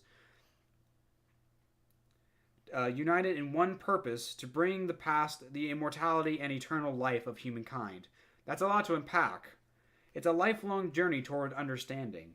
I never really had any doubt that there was a God. I saw the fingerprints of God all over creation. I've always loved stories, so how the Old Testament describes Jehovah had always thrilled me. Jehovah, a personage of the Spirit, came to earth as a baby, taking on the body of flesh and blood. As he grew to manhood, he experienced mortal temptations and suffering. Doesn't every good hero? Growing from grace to grace that he might know how to succor his own people? What beautiful language. And what about Jesus being half God and half mortal, coming to earth to save humankind from sin, swallowing up death in victory, and wiping tears from our eyes? That story gets me every time. In the Garden of Gethsemane, and on the cross, Jesus paid the demands of justice, suffering for the sins of all mankind. He broke the bands of death, giving all, good and evil, the gift of immortality. For me as a Christian, the afterlife is as real as the present one that I'm living. I find the idea of resurrection quite amazing. I also find it a comfort. "I'll be with you always," says Littlefoot's mom as she was dying in the land for time. Life doesn't end when you die. You'll be together again with your family. It's powerful stuff. Had to bring up Littlefoot's mom, didn't he? Gonna cry again. Just kidding. Sometimes the Argentinian families that I spoke to on the mission asked, what if the Bible narrative is just fiction? What if it's all made up, unverifiable? Can anyone even prove that Christ is the Savior of the world, or that he even exists? Can science prove that there is a God, let alone three gods? God the Father, the Son, and the Holy Ghost? Wait, did you say three gods? Hang in there. Here. These are great questions they were asking, right? We are asked to live by faith, but I felt and still feel that blind faith is naive. I have come to assume that God, as an intelligent being, would provide a means to eliminate all doubt and still keep the principle of faith in operation. Here's what I found important to me about the third member of the Trinity. While science attempts to verify theories by presenting objective facts, the Holy Ghost speaks quietly and subjectively to the human heart. I listen and feel assured that there is a Creator, that there is a plan, that we all are put on earth for a reason. As I navigate my way through life, I like some reassurance, some comfort, some answers. These give me the strength to dare to ask, why settle for the moon when you can have the stars? Living in the Promised Land. To me, the Book of Mormon is so much more than just a Broadway musical, a whimsical romp focusing on the unusual customs of Mormon missionaries. The book is a history of the ancient Americas, covering a period from 600 BC all the way through 400 AD. It is a record engraved on brass plates by prophets of God who, during their lifetimes, were trying to persuade the people to repent, be baptized, and accept Jesus Christ as the Savior of all mankind. The records of prophets kept are about the descendants of Joseph, who was sold into Egypt. Who was Mormon? He walked the earth about 2,600 years ago. The last of the prophets who compiled all the records into one, and consequently, the book bears his name. It's Mormon's record, so that's why we call it the Book of Mormon. It was translated by Joseph Smith, a modern-day prophet, by the power of God.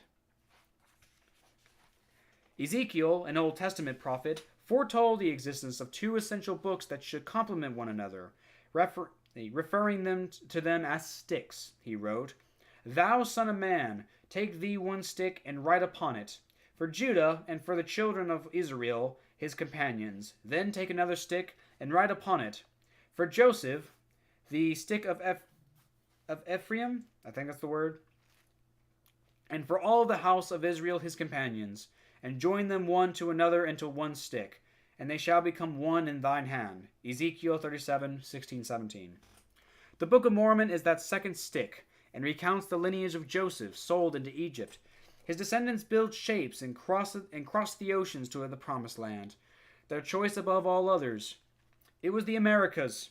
I've always felt what a wonderful blessing it is to live in the Promised Land. The Americas.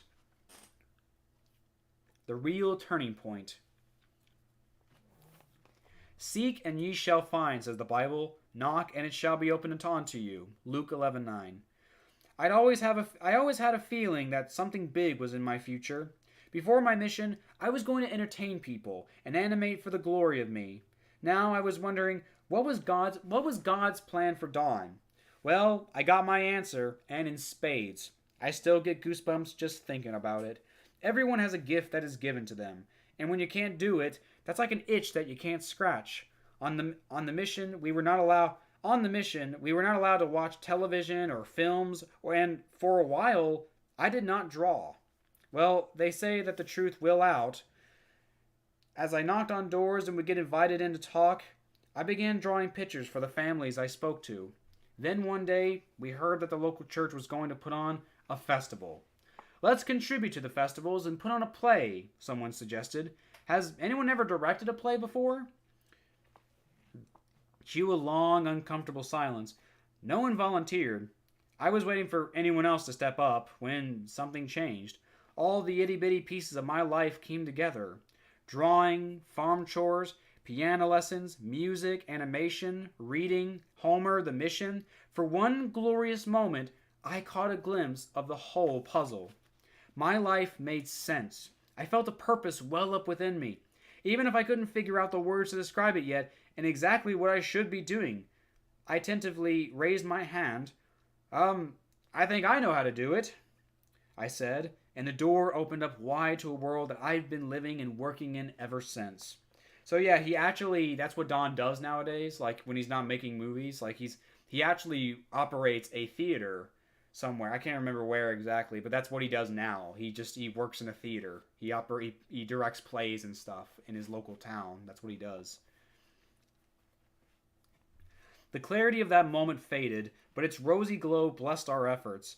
People loved our production, The Gentle Witch by Cora Snyder, which we translated into Spanish as La Brua Gintel. I might have said, or Gintel, I think. So we said, let's do another play. In Caseros, a small town just outside of Buenos Aires, I knew an LDS member who had many talents. Hector Grillon could sing, dance, write poetry, and tell the most wonderful stories. As the branch president, he was hungry to do something wonderful, to make a big splash, but he wasn't sure what that might be. In church one day with the members of his congregation, I was scanning the rows of people singing and talking together, and the movie The Wizard of Oz popped into my head. Why not combine music and theater? I whispered to Hector, what if we put on a play with all the members in your branch? I serendipitously pointed to the congregation. That young girl over there in the third row has a gorgeous voice. She would make a beautiful Dorothy. Her father, sitting beside her, looks like a lion if I ever saw one. All we need is a scarecrow who can sing. I stared meaningfully at Hector. Me? Hector blurted. A few eyes turned our way. No, I couldn't, he whispered. I pretended to take his concerns quite seriously. Oh, I understand. Why don't you ask Olga what you should do? I knew full well that his wife would tell him to be the scarecrow and give the green light for the production. I had watched the movie The Wizard of Oz more times than I can count, so I knew the script inside and out. From memory, I wrote down the dialogue and songs, and Hector translated these into Spanish. I accompanied the cast on the piano during the performances. After the show's final curtain call, we all said, let's do this again. And we did, a poor man's version of Peter Pan. We had no money to build sets, and there was no muslin anywhere there to paint a backdrop on, until we discovered that muslin was sometimes used as false ceilings in homes. Many homeowners plastered over their muslin ceilings, but we found an abandoned house, ripped the ceiling down, removed the plaster from the muslin, and sewed the pieces together to make a backdrop. A mission is an intense experience. It's 2.5 years of delivering deeply into spiritual matters. When theater became intertwined with that mission, I began to think of the stage as a holy place. After all, theater can inspire and help people think about life a little more positively. It's all about vision, and theater is a powerful medium. Listening to my heart. I said I'd return to the matter of my baptism at the right spot, and here we are. At age 8, I'd been baptized in the LDS community. At age 22, I was knocking on doors in Argentina and producing plays, living and breathing the scriptures. It was like reliving my baptism, feeling the waters of faith close around me as I plunged, sinking deeper and deeper, as if my mortal body was being laid to rest. Then what a rush, a release, as if from the depths of the water, like a rebirth. I was learning what it meant to be born a second time, of the Spirit. As a child, I knew nothing. As an adult, I understood a little more. Yeah. I took a philosophy class in college and wrote a paper titled Epistem. Oh my god, this is such a big fucking word. Epistemological. The word isn't even fully on the word isn't like full, like it's like cut off a bit. Oh man. Epistemological solipsism? Solipsism? It's weird. It's a fancy name for the process of gaining knowledge through personal experience. The mission was an important experience to me. It gave me priceless gifts, like teaching me that a character is more than lines on a page, characters, like people, have lives to lead. In The Secret of Nim, the mouse Mrs. Brisby, the desperate mother of a sick child, must find strength from her experiences to solve her own problems. In An American Tale, Fievel, a young mouse immigrating to America, foolishly runs away from his family, gets lost, and must battle his way back to his family. Sadder, but wiser. As the story goes, Walt Disney made Snow White on a dare. You can make people laugh with silly symphonies, someone said to him, but can you make people cry? I mean, can they feel something? The mission taught me that is a challenge worth taking. Chapter 11, Coming Down from the Clouds. It took 30 days on a boat to get to Argentina, but only 24 hours on a non-stop flight to LA to get back home, and I was throwing up most of the way. I stumbled off the plane, barely able to speak, with a temperature of 102, right into the arms of my family and friends, waiting with whistles and balloons for a joyful homecoming. "Hi," I whispered. "I think I might throw up. How soon can you get me home?" I must have been a big disappointment to everyone. Once in the front door of our home, I had only one question. "Which bed is mine?" Mom pointed to a bottom bunk. I crawled under the covers and didn't come out for a week.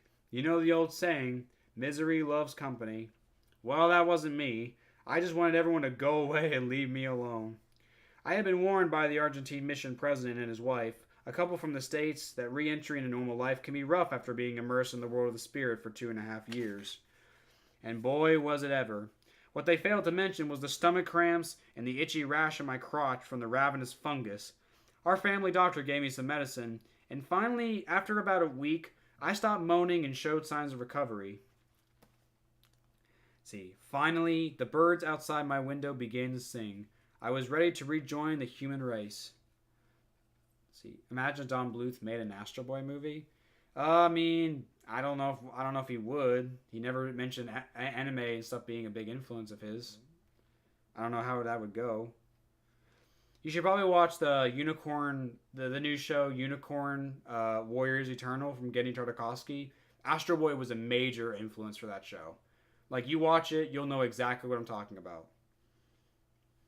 One evening while brushing my teeth, I paused and gazed at the image in the mirror. He was staring right back at me. "You look terrible," I said to him. "I'm just following your lead," he said. "What's next?" My path seemed so clear during the mission. Back in the real world, though, everything seemed a bit muddled, I shrugged. Maybe I'll give school a try again. "Have you given up on animation?" Had I? I couldn't meet the reflection's eyes. "Don't know yet," I muttered. "Fine, but September is 3 months away," said the reflection sternly. "What are you going to do now?" Distractions and detours. All summer, before I trotted off to Provo to be a sophomore at Brigham Young University, I was like a hungry man beside a banquet table laden with sumptuous food. I wanted to sample everything. My first summer job was flipping burgers for a wagon wheel, a hamburger stand Dad was opening up. I couldn't connect the dots. What did the wagon wheel have to do with hamburgers? I could see how it related to wheelbarrows, covered wagons, and horse and buggies, but not cooked meat. Well, it was Dad's dream, not mine. One day a hungry fellow came up to the window and ordered a burger raw. "Sir," I told him, "if it's raw, it's going to be frozen." "Fine with me," he replied. "Put it in a bun with lots of mustard and ketchup." "May I at least show it to the grill?" I persisted. He snapped, "Do you want my business or not?" Irritated, I shoved the frozen burger on a bun. "Coming right up. You know, some of the finest restaurants in New York serve raw hamburger. It's a great delicacy. It's called steak tartare, made of rare beef and horse meat, served with onions, capers, peppers, and Worcester sauce. I squirted mustard and then ketchup on the rock-hard burger. "Come back tomorrow and I can serve you the whole enchilada, not frozen." The man scowled, snatched his frozen hamburger, and walked away. I was certainly plummeting fast from the world of the spirit. I quit flipping hamburgers. Still needing to fill the summer up, I got employment as an armed guard in the Tootsie Roll factory. And before you ask, I'll tell you straight out. Yes, I carried a gun, a .35 automatic. I wore a gray uniform with a gold star-shaped badge, and the hat. Oh, I love the hat. A magnificent symbol of my power and authority. The duties of an armed guard at night include punching a clock. It is a most sacred obligation. The guard must visit every dark nook and cranny of the premises he protects. Every hour he must search out intruders in the dark corners of the night, and in each room he will encounter a key hanging upon the wall that he must insert into a clock that hangs from his shoulder. The twisting of the key is of great significance. It reassures the guard's boss that the guard is always on the alert and not passing the hours sitting in the office reading a book or drawing. It was the most boring job that I could possibly imagine. To keep myself from falling asleep, I pretended to be Elliot Ness, a federal law enforcement agent and one of the Untouchables. With my gun, a real one, pointed at the darkness, I would lower my voice to a growl. I can see you in there. Put 'em up and walk slowly towards me. You've got some nerve breaking in here to steal Tootsie Rolls. Turn around. Place your hands behind your back while I read you your rights. Slowly I advance. Now that you're cuffed, we're going back to my office. You have the right to remain silent. Blah, blah, blah. I'll come clean. I never took the real gun out of its holster. It was all pretend, yet very satisfying. Some people do this sort of thing for a living. They're called actors. That summer, theater swung back into my life. I thought I'd found my purpose again when my brother Fred coaxed me into producing an amateur production for the musical Damn Yankees. Grandpa Bluth put up the $2,000 to back the show. It was a huge flop. I don't blame the people for not buying tickets. The show was a colossal bore. It wasn't the script or the music. Fred and I just didn't know what we were doing. When the dust cleared, we found ourselves in debt for 2 G's. We found ourselves in debt for 2 G's to our grandfather. Then Fred went on his mission to the northern United States, leaving me with the debt. Let's see, where was I? Oh yeah, here we are. I returned to BYU for my sophomore year with the agreement that I would pay off the debt at $50 a month while going to school. I decided that I would stick with animation, that I knew how to do. I determined an art major was my next step. Sink or swim. Let's see. Picture 20,000 students in a college stadium on the same day, all trying to register for classes and get the professors what they wanted. It was noisy, chaotic, and confusing. I paced for a long time in front of the tables set aside for the art departments. There were reasons why I was hesitating to sign up. These students applying for the BYU art classes looked as though they just landed from another planet. It was their scrambled egg hair begging to be shampooed. I know it sounded petty and judgmental, but I couldn't help but think this way. It was because of my experience at Disney where the hundreds of talented artists never looked like something the cat dragged in. They were professionals. And I was remembering my sour experience with Mr. Parson, the ever-so-busy teacher at Springville High, who had the nerve to call Disney's art doodles. I couldn't risk another encounter with a teacher like him. I realized that I could always continue teaching myself the graphic arts. What I really wanted to know was the what of art, not the how. After my mission, just being able to draw was no longer sufficient. If drawing is a language, then what was my pencil trying to say with that language? The answer to that question will require me to face my greatest challenge. Taking a deep breath, I marched over to the tables in front of the English department and signed up as an English major. I learned a new word that day, a big one. Epistemology. I guess that's the word. Epistemology. I could pronounce the word long before I knew what it meant, but it turned out to be quite simple, really. It is the study of learning or taking on knowledge. That was the very thing I needed. If you want to learn to swim, fling yourself into the water. It's sink or swim. During my sophomore year, understanding what the words on the page meant Let me start over. During my sophomore year, understanding what the words on the page what the heck is this sentence? Sorry, it's really weird. It's like understanding what the words on the page meant even felt more like sinking than swimming.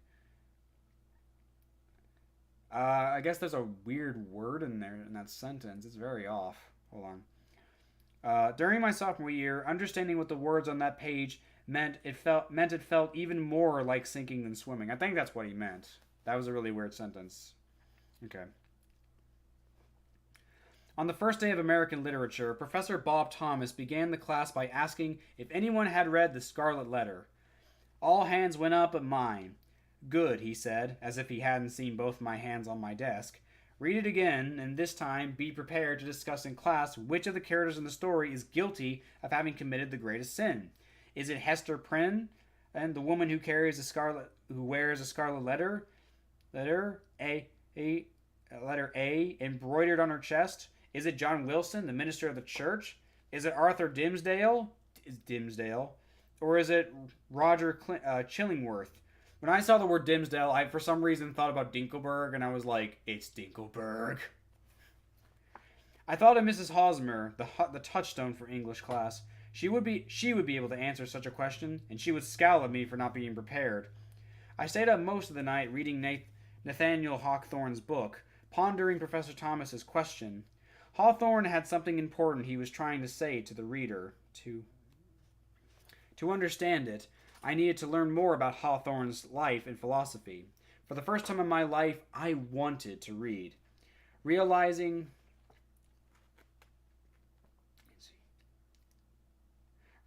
I couldn't keep up with my classmates, I enrolled in a speed reading course, and for the first time in my life, I began to love to read.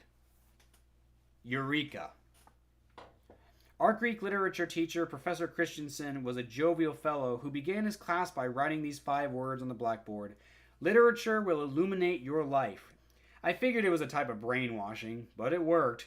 My reading skills were improving, my vocabulary was growing, and my philosophy skill insights contained within the stories I read gave me a hunger for more. And my drawings were improving too. They weren't just cartoons anymore.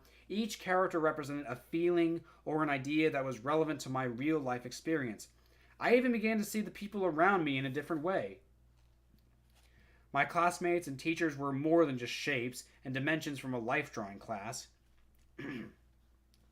Each person had a story that wanted to be told, and I strengthened my drawing pencil by exploring the stories written on their faces and in the pages of books.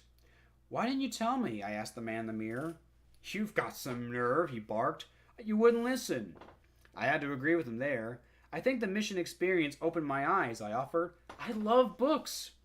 "Leave it to the man in the mirror to keep prodding. Good for you. Now what?" Faced with another long, aimless summer back in Santa Monica with my family, I got an idea when I read this Disney Studios was working on a new movie, The Sword and the Stone. I'll make a call," I said, surprising myself and the man in the mirror. Disney Studios said yes, they could hire me, but just for the summer. I was even welcomed back by the artists who remembered me. Maybe it was the fact that no one felt threatened, as I would be leaving again in September anyway, or maybe it was because I had changed. The mission in Argentina had taught me humility. I knew that I was an infinitesimal speck in the very grand universe. Competition is the antithesis of brotherhood, and wisdom taught me that reaching the top of my game and being there for myself would be lonely and sad. There could be no joy in that. Everyone has dreams, and they should all have a chance to realize them. I began to see each person I met as a child on a road that would lead them to happiness. Foreshadowing, aka the winds of change. That summer, an empty office in Disney's B Wing brought home to me the times that were changing. The cost of Sleeping Beauty, $9 million, was staggering. The same as the production cost for the live-action epic movie Ben-Hur. The expensive and labor-intensive process of inking drawings onto cells was a thing of the past. Now drawings were being transferred onto plastic cells with a technology called Xerox. Or Xerox. It's Xerox, right? That's how you say it? Xerox, I believe. The ladies in ink and paint have been laid off. I heard many of them had left in tears. I was witness to the studio's new direction. Live-action films could turn in a profit. In 1961, Disney released its first live-action musical called Babes in Toyland, starring Ed Wynn, Annette Funicello, Tommy Sands, and Ray Bolger. As one review said, the Victor Herbert songs were brilliantly orchestrated, but the production itself was a bit thin on plot.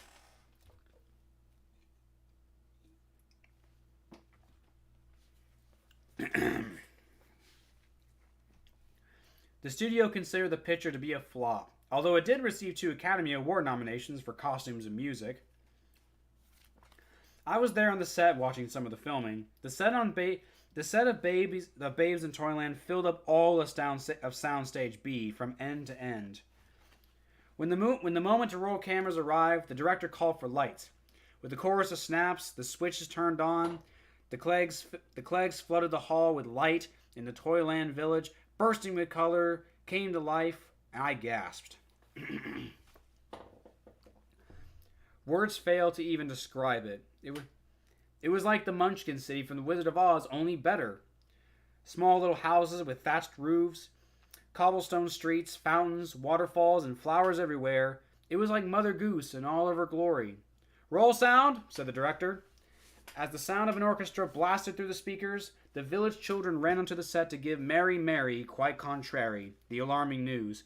Bo Peep's sheep were missing. Mary and the chorus sang to comfort Bo Peep, played by Annette Funicello. Let's see.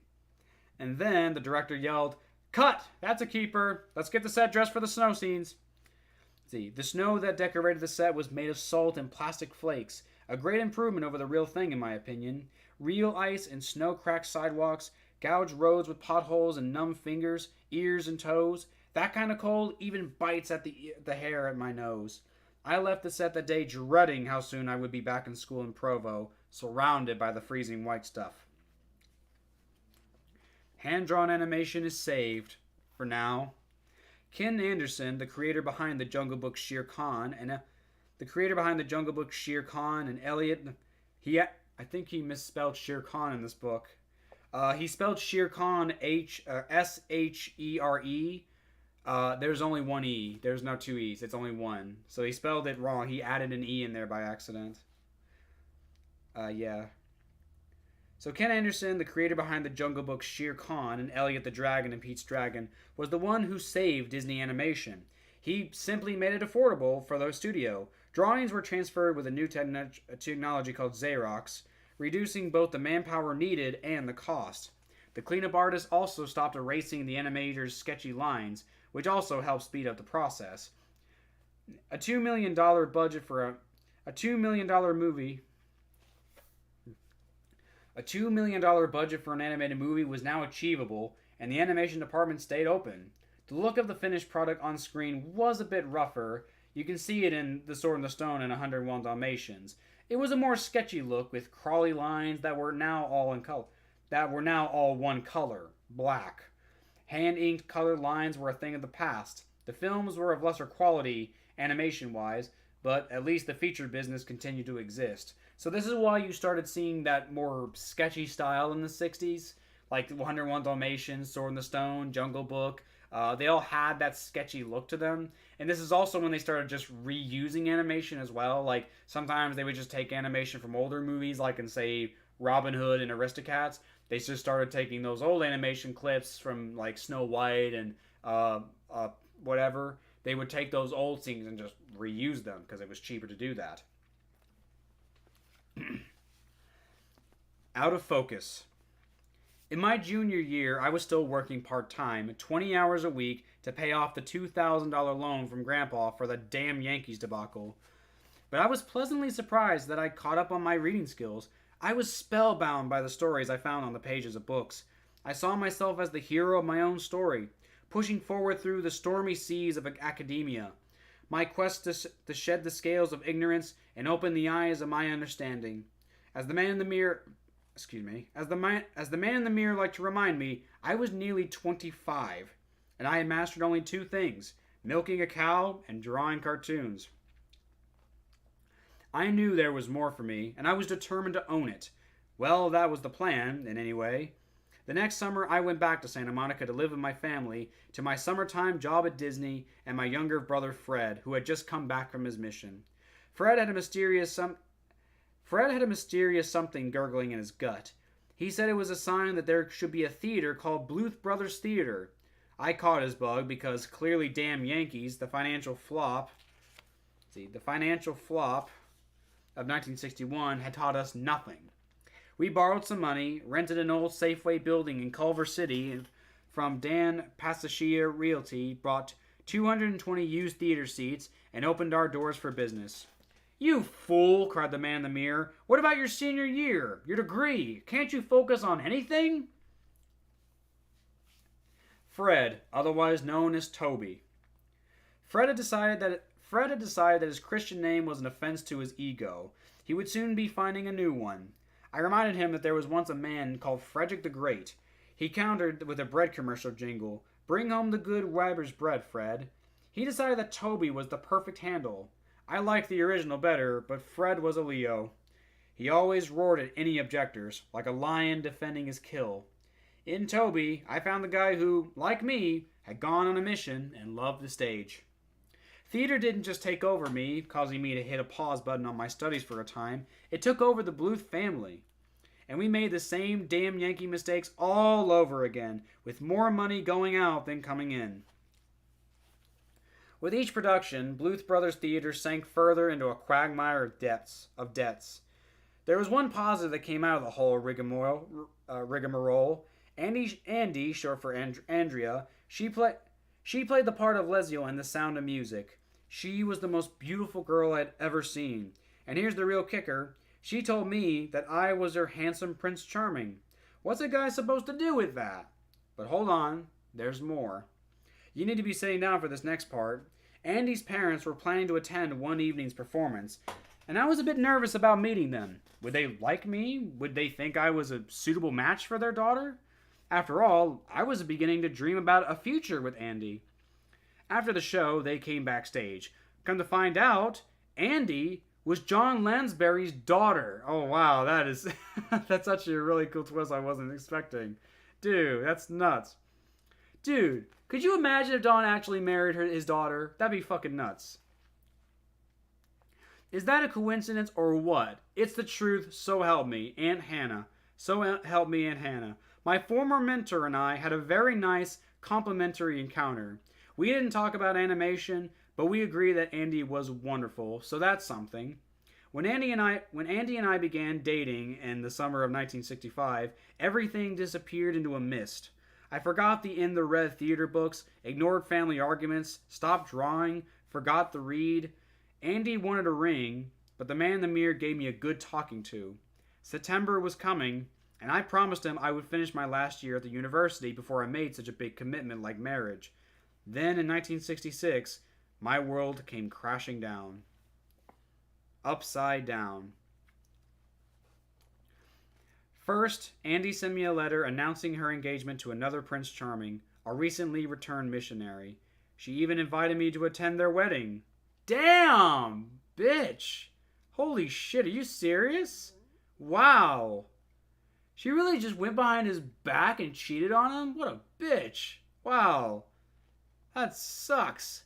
And then she invited Dawn to the wedding. Dude, how cold you gotta be? Like, you're gonna fucking cheat on your boyfriend and then invite him to your wedding with the guy you cheated on? Oh my, dude, no. What the fuck? What a bitch. Oh my god. You don't fucking do that. That's so messed up. What the fuck? Wow, that sucks. Damn. That really sucks. My broken heart drove me back to college, and I enrolled as a senior in BYU. Man, I take it back. Like, thank God he didn't marry her. Cheating bitch. Like, John Lansbury may be a fucking talented man, but his daughter was a bitch. Like, cheating asshole. Fuck that girl. My gosh. Immersed in my studies, I came to grips with the fact that I was not Andy's Prince Charming after all. Her face was always before my eyes, but I was able to breathe again and eat. I started drawing again, but nothing good came of it. Everything looked like doodles, nothing from the heart. Then I got news that really sent me into a tailspin. When Walt checked himself into St. Joseph's Hospital in 1966, with only his family and a few of his close friends knew about his battle with lung cancer, on December 15th, Walt passed away, 10 days after the date of his birth, December 5th. I was in Santa Monica for the Christmas holidays, and news of his death hit me hard. I heard it also sent shockwaves rattling through the staff at the Burbank studio. Everyone left their desks that day, confused and depressed. Now what? People were asking, who will captain the ship? Oddly enough, I had just been studying a poem by Walt Whitman, penned to glorify President Abraham Lincoln, whose U.S. armies had successfully defeated the Confederates and freed the slaves, and who had just been assassinated by a hate monger. The poem resonated with me during this time. "O Captain, my Captain, our fearful trip is done. The ship had weathered every rack. The prize we sought is won." Walt Whitman was asking the question on my mind: who will guide the Disney voyage when our captain is gone? Wooly to the rescue. This is when one of Disney's 9 old men, Wolfgang Wooly Reitherman, stepped in. Wooly was 6 feet tall, of German descent, and had been a U.S. fighter pilot in World War II. He had leathery skin, a jacket to match, and a big cigar that was always lit. Wooly was a fighter. He wasn't about to just walk away from the studio just because Walt was gone. He picked up the baton of the director, the other animators backed him up, and together they set about to finish The Jungle Book. It would be released the following year in 1967. I had lost my girlfriend and my captain. I'd read stories of abandonment, but until that Christmas of 1966, I never knew the feelings that came with it. Despair, loneliness, and depression set in like a winter frost. My reaction to this was unexpected. I needed the pain to stop, so I rented a canoe and paddled out to the middle of Utah Lake, hoping I could work up the nerve to fall into the water and drown myself. To this day, I wonder if I would have actually gone through with it. I mean, what stopped me? Well, I'll tell you. It was a voice calling my name. "Dawn," it shouted. "Come back! Don't do it!"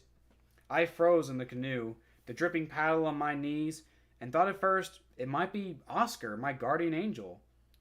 But the voice had come from the far-off shore, and I'd always heard Oscar's call in my head. I turned towards the shore to see a red canoe moving swiftly toward me, paddled by my brother Fred. "You're a fool!" he shouted. Then he stopped paddling for a second. "Sorry for calling you that. That wasn't what I wanted to say." He sank his paddle into the water again, propelling himself closer. "What I wanted to say was, you're an idiot. If you want to drown yourself, this ain't the right lake.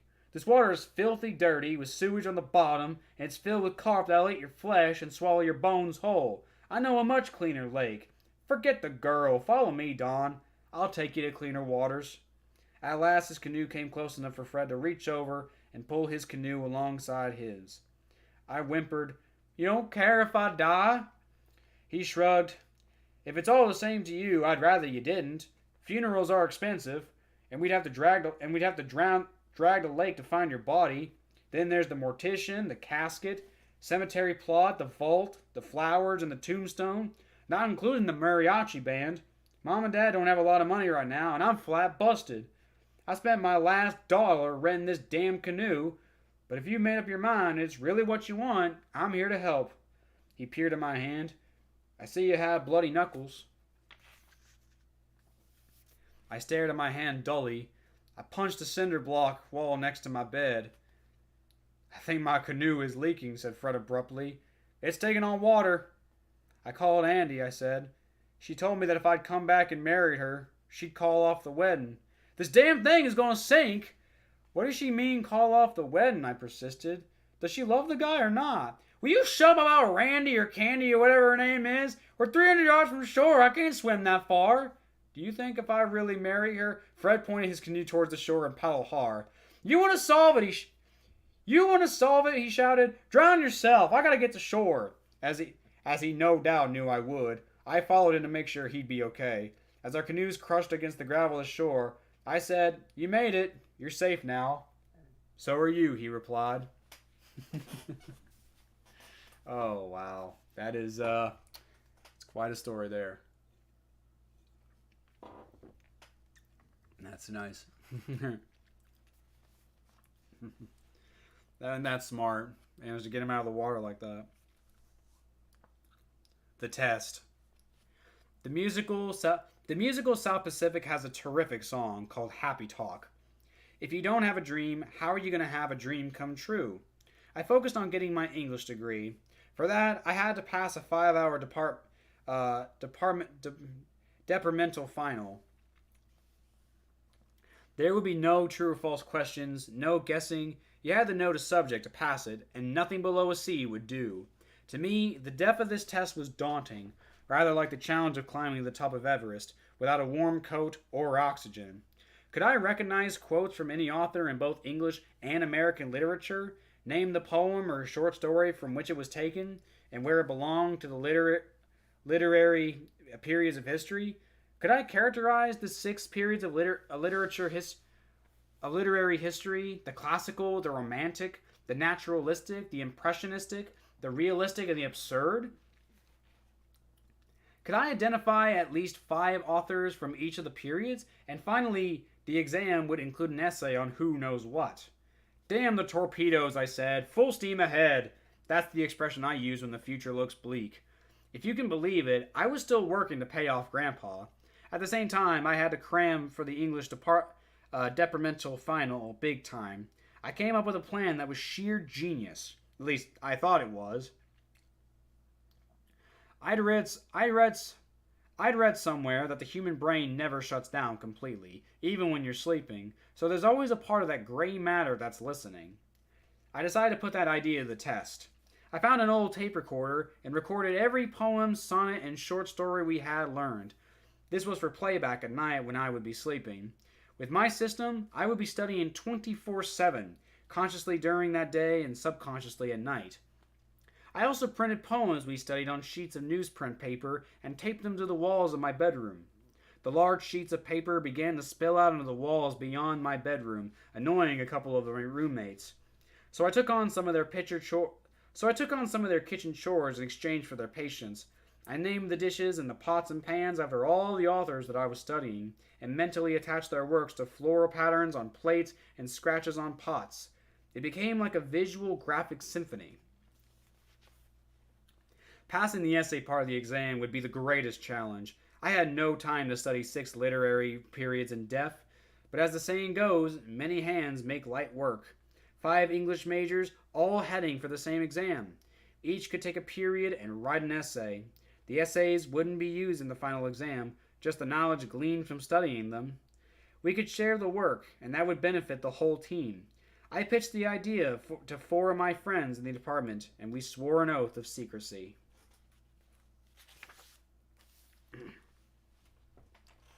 The final step in preparation for the exam was to maintain a clear head in the days ahead. I stayed away from any discussions involving politics, religion, or weddings. My only indulgence was happy talk. Just like the song advises, I talked only about the positive things. Finally, it was showtime. I would be thrilled to tell you that I got an A in the exam, but I didn't. I got a B+. Nevertheless, dressed in my cap and my flowing black robes, I marched down the aisles of matriculation and picked up the diploma. Victory was mine. Then the professor of the class approached me to offer me an assistantship. An assistantship? What is that? I asked. If my ignorance gave him second thoughts, he disguised it admirably, assisting the instructors with their classes. Well, knock me over with a tiny feather. I thought to myself, wait till I tell the guy in the mirror he thinks I'm illiterate. Could you give me a week to think about it? I asked. Another crossroads. Mirror, mirror on the wall, I crowed. Now who's the fairest one of all? Your ego knows no bounds, snapped the reflection. Behold my diploma. I held it up for him to admire. That's a piece of paper, he said dismissively. Lots of people graduate college. What makes you so special? Just as I have been offered an assistantship in the English department at BYU. The guy in the mirror scratched his head, puzzled. Look, for 30 years you've babbled on about animation, driving me crazy. Now you read a few books, pass a little exam, some patriarch pays you a compliment, and you're off in a whole new direction. If you want me to applaud, pick a goal and stick to it, will you? I sulked. He shrugged and went on. Fine, go teach. You were nothing but an assistant at Disney anyway. And now you'll be an assistant to a professor at BYU. You'll always be somebody's helper, Don. He leaned close and pointed a finger at my face. You're never going to be anything else but someone's helper. The reflection in the mirror was right once again. Teaching wasn't my destiny. Animation was. Disney was the logical choice. But after Andy and I split, I just couldn't face John yet. Here's a nice picture of him, his graduation that he drew. It's got like balloons and little animals and such. Man in the mirror and such as well. Nice. Alright. Let's see. Alright, I think this might be the last chapter I read today. Because I am getting... I want to start to get to editing and stuff. So, for my next video. It's going to be a big one, too. Chapter 12, The Hidden Treasure. At 30, I was living with my parents in Santa Monica, which felt safe, but also increasingly uncomfortable. One afternoon, my friends decided Harry and Alan came by. One afternoon, my friends Harry and Alan came by, looked at me feeling sorry for myself, and decided to take matters into their own hands. The time has come, they said. You're moving out. We've rented a house in Culver City. You'll have to pay rent, but you can have your own private room. I'm sure I was just gaping at them. So where do you keep your toothbrush? Asked Harry impatiently. Before I could answer, he bolted into the bathroom and returned with the toothbrush. Both guys grabbed me by my arms, and the three of us went out the front door. I never looked back. Like the rush of a river gone wild, a feeling of freedom surged through my veins from head to toe. As we drove towards Culver City in the rented house, I felt the energy of the rite of passage bubbling up. This was Don the man flexing his muscles with a little help from his friends. So, what's this about rent? I asked. You'll need a job, buddy, Harry replied with a grin. I wanted to be an animator, yet I was circling around Disney Studios, not ready to plunge back in. In 1968, I started working at Filmation Inc. as a layout artist. What's a layout artist, you ask? In animation, the layout artist designs the set, as well as a few action poses of the characters and how the characters move from around within the set. Being an animator for the Saturday morning children's TV circuit had its own set of issues. Saturday morning cartoons had low budgets, which allow for few mistakes. The work had to be done quickly, accurately, and on schedule. There was nothing in the budget for redos. My boss, Don Christensen, liked my work and made it a point to challenge me with the most difficult assignments, which happened to be the choicest, from Archie and his friends to Sabrina the Teenage Witch to Groovy Ghoulies. Often he would stand behind me and watch me as I drew. So Don actually animated on Sabrina the Teenage Witch, the animated show. I didn't know that.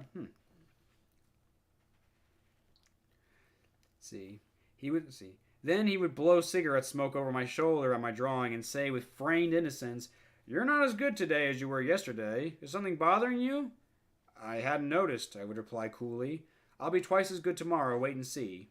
Now don't get me wrong, I liked Don Christensen. The weight of the studio production team was squarely on his shoulders, and it felt good to know that I was helping. One day, a friend handed me a book titled something like The Key to Success. I dutifully flipped through it, but its self-help tips seemed like nonsense. For example, I read that every brick in a city, before it was a brick, was a thought. And then, if you want to realize anything in the physical world, you must first think it as something that has already happened. Speak the words out loud. The universe will do the rest. The author calls it the think system. Skeptical, I asked, "So what if I wanted to be rich?" "That's easy," my friend said, pointing to a passage in the book. I read the lines, "Go to your mirror, stare into the eyes of your reflection, and say the following words. I am rich with money. I am very, very rich. Keep doing that every day, and soon the money will appear." Doesn't that sound like a lot of bull? Still, what harm could it do to give it a try? The next morning I said to the man in the mirror, "I am rich with money. I am very, very rich." "You've got to be kidding," said the reflection. "What are you up to?" "I'm dead serious," I returned. "Just be still and listen, okay? And stop laughing." Faithfully, every day for 2 weeks, I repeated this mantra. Then Don Christensen knocked on my office door, entered, and shut the door behind him. I want you to know that I appreciate you being here on staff. You're a great help, Don. I'm giving you a $50 a week raise. You've earned it." I stammered my thanks as he walked out. I ran to the closest mirror I could find and stared at my reflection. Was that a coincidence or did you arrange it? I asked the mirror. I did nothing, the reflection said. Here's another little drawing he does of him drawing on the show. Looks like he drew dicks on his shirt. There's like a little dick right there on his shirt. What the fuck? Oh my god, really? Oh wow, there's like little penises on his shirt. I think they're supposed to be clovers, but yeah, it looks like dicks. Oh boy. I decided to keep repeating that mantra every day. 2 weeks later, Don again knocked on my office door. He poked his head again. I'm going to give you another raise, $50 a week. This is coming from the boss upstairs. He started to close the door, but then turned back. You're now making the same salary as me. Congratulations. I just had to give the system a third try. The first 2 times were flukes. It couldn't happen again. For 2 more weeks, I repeated, I am rich with money. I am very, very rich. Nothing happened. A 3rd week went by as I said the mantra dutifully. Still nothing. Then after the 4th week, as I was passing Don Christensen in the hallway, he stopped me and said, Don, I want you to do the layout for a TV special for Archie and his friends. It's worth $1,000 bonus. Take it or leave it. As he was leaving, he turned back. And Don, my friend, I can't give you any more raises. I thought to myself, well, I never asked you for one. Aloud, I said, I understand, and I'm very grateful. That little book was like Aladdin's lamp, my very own genie. However, the book cautioned against the misuse of this wonderful power. It could only be used for good, and only on yourself. I learned that the powers of the universe seem to respond to positive thoughts, and somewhere out there, someone must be listening as you speak them. The second coming of age. Egad, I could have married Andy. I could have had an A+ on the English exam. No looking back, I told myself. I stayed at Filmation for 3 years, making good money, $500 a week, doing my little TV drawings. I bought my brother Sam a new car and my sister Suzanne a house. I bought my parents' house so they could retire and helped my brother Jim start a jewelry business. I teethed regularly to my church. Little skinny Donnie was gone. In his place was the provider I'd always wanted to be. One last detour. One so-called side project brought me great joy. It also annoyed the man in the mirror to no end. You said you wanted to be an animator, he scolded me. Or that's what you told me in Flash. You do remember Flash, right? The animation career should have happened right out of high school. But no. First it was the Mission, then BYU, then Andrea, then the theater, and now these singers. You can't keep your eye on the ball, my friend. But when Filmation was paying the bills, it didn't scratch the creative itch that I felt inside. Music did. A good friend of mine, Ellen Davis, suggested we organize a musical group and call it the New Generation. It sounded like a good idea at the time. At the beginning, there were only 7 kids in the group, 4 girls and 3 singing mainly a cappella. Excuse me, sorry. But as the word got out, others started to join, mostly from the University High School in Hollywood. These new kids were filled to the brim with song. Then, out of nowhere, appeared a teenager named Judy Thomas, cousin to the symphony conductor Michael Tilson. Judy listened to one of our rehearsals and commented, "Amazing, just like the Young Americans." "The Young what?" I asked. On a Saturday morning, Judy took me to a church cultural hall to meet the Young Americans conductor, Milton Anderson, and watch the rehearsal of the 32 teens in the group. Mr. Anderson, a reserved man in his 40s, showed no sign of great passion. His clothes, his walk, and his voice were all soft. I strained to hear him speak. He introduced me to the singers, then turned to face me as their conductor. "We'll start with the Beatles tune, Michelle," he announced. As he lifted his hands to conduct, a hush fell upon the room. Then his hands began to move, and the kids began to hum. First in unison, then in 2 parts. Then, suddenly, they broke into 8-part harmony, and I gripped the seat of my chair. Overwhelmed by the sound of it, I had heard choirs sing before, but never anything like this. The sound was from the heart. It was heaven's best. When they finished singing, Judy leaned over to whisper, "Aren't they wonderful?" "I've never heard anything quite so beautiful," I sighed. Was music my purpose after all? Judy had been a singer in the Young Americans, and she suggested group songs that would fit our group. She also composed and wrote lyrics. The kids in the new generation fell in love with Judy Thomas and her music. Our group quickly grew to 40, and people in the community began to take notice. Each of the 40 had challenges in their own lives, but when they came together to sing, hopes and dreams and healing took wing. The new generation performed in a Hollywood Bowl for Bob Hope, and for the birthday of Colonel Sanders, the guy who started the original drive-thru. For him, Judy made the special arrangement of Happy Birthday in 8-part harmony. When the new generation kids frequented a restaurant, they filled the room with song. They wouldn't stop singing even after the food arrived at their tables. The 40 became the closest of friends and began to imagine a tour into parts of Mexico to sing as a cultural exchange. Before I knew it, 20 more fabulous singers volunteered to join the group. Now we were 60. It suddenly became a Christmas tour, and we were scheduled to sing in the midnight mass at the Basilica in Mazatlan. As the tour was taking on a life of its own, I found myself in an awkward position of responsibility. What if anything happened to any one of the people on my watch? I needed chaperones, and lots of them. How would we get these kids to Mexico and back safely? With Ellen Davis as the group leader, several adults stepped forward as guardians, and we all boarded the train to Mazatlan, Mexico. We were welcomed into Mexico with passports, luggage, and costumes, but the Mexican water was less kind. On the third day of the tour, many of the company were curled up in their sleeping bags on the gymnasium floor, groaning with cramps from dysentery. The kombu, the name given to the sickness, lasted about 2 days and thus initiated. The kids rose to their feet smiling and sang to the people of Mexico. It was smooth sailing after that.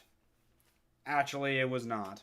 There was a moment when, unannounced, 2 Mormon missionaries showed up to congratulate the new generation singers and wished everyone well. They also lit a firecracker and threw it out of the upstairs window. Almost immediately, there came a pounding on our hotel room door and a loud, gruff voice demanding entrance. I opened it and was greeted by 4 frowning policemen with rifles pointed at me. To untangle the mess, we all went down to the police station to be identified. A few phone calls to the Chamber of Commerce of Mexicans snuffed out the fuse. We sang them a song and left. After that day, if any of the new generation trope even mentioned another tour, I scowled. If there was any performing to be done, it would be in California. After the Mexico trip, many of the parents wanted the group to become professional. Suddenly there was a board of directors, monthly meetings, a secretary, an accountant, a lawyer, and a publicist. For me, the thrill had just been completely taken away from me.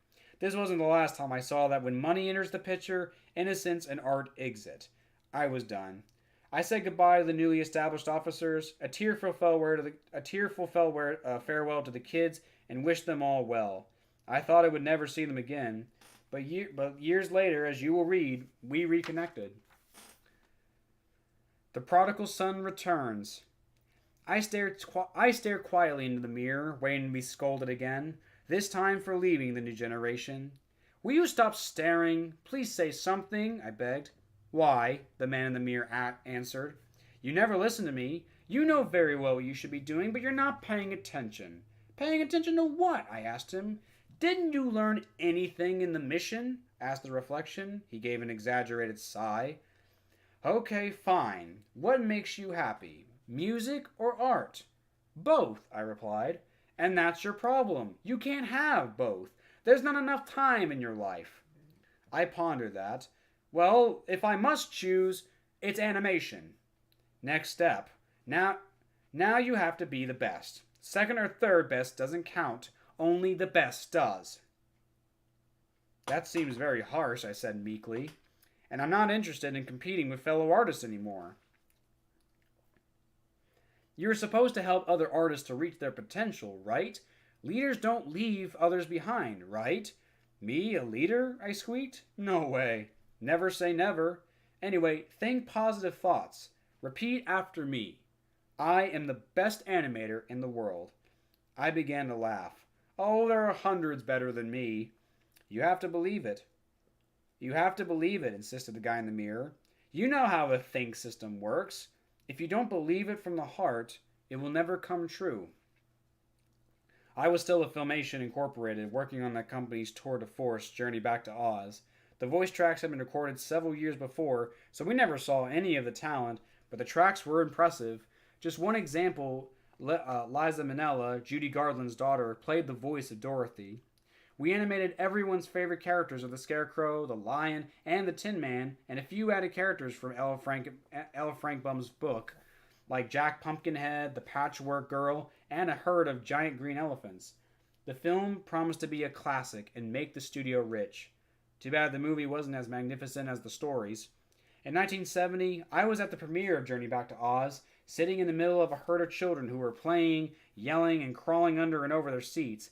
Not a single eyeball was looking at the cavorting animated characters we worked so hard on.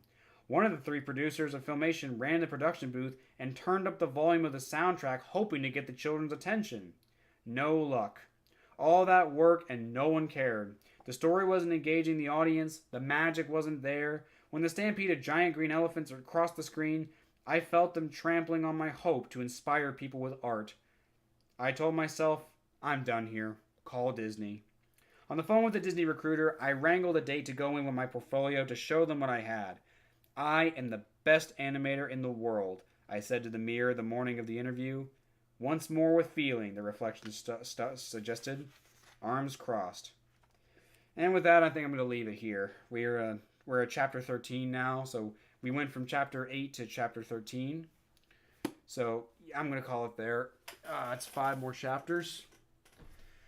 So, basically, we crossed over his first days in Disney, his apprenticeship with John Lansbury, his mission work in Argentina, where he where he discovered he loves doing plays and he loves music. He came back from his mission after that. Excuse me, sorry.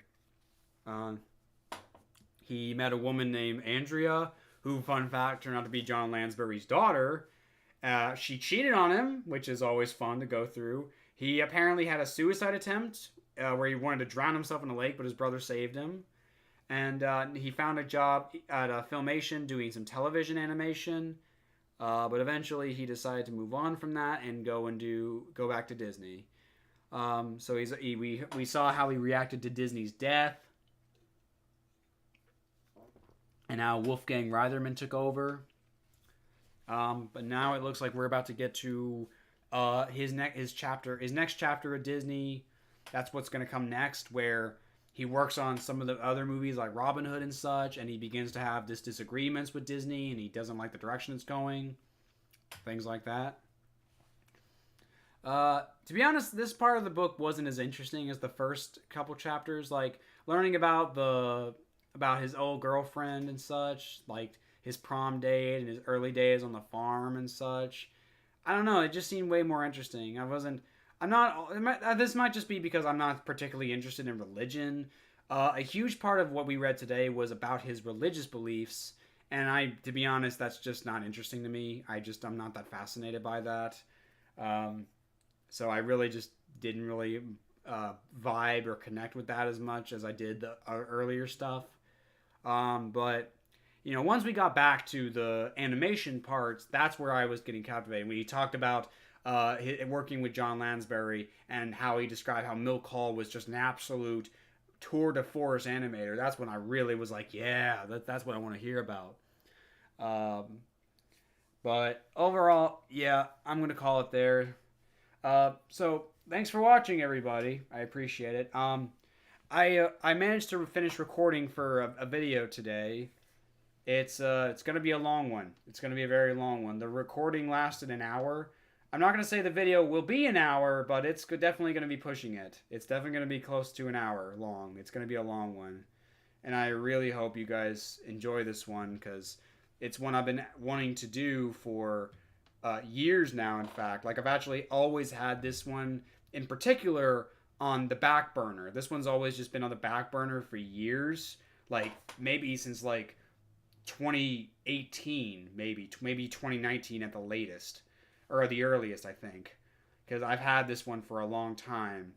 And I was always like, I don't know who's gonna want to watch this one or see it, you know. But in the last year, it's been made very clear there is an audience for this. That there are people who want to watch this particular subject and want to watch this video. So I'm definitely more encouraged now to make it than ever. So I'm not going to tell you what it is, but you know, it's definitely going to be a long one. It might be at least an hour long video. So I want to get to work on that. So I'll try and do another live stream next Sunday to read more of the book because it is a really good read. I'm really interested in seeing where we go from there. We were page 150, so I guess we're about halfway through the book. Oh, actually, hang on. Let me double check that real quick. Learning from the best, 153. Well, it's a little under half, actually.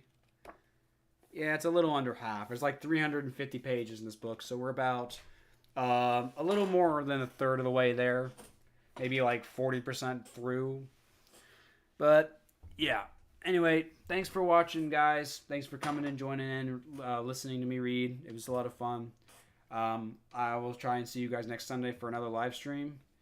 I might also have a video on Guardians of the Galaxy 3. I haven't seen it yet. I'm going to go see it tomorrow. So I'll be seeing Guardians of the Galaxy 3 tomorrow. Hopefully I'll have a video on that out later this week too. So, yeah, there you go. Anyway, I'll see you guys later. Rock on.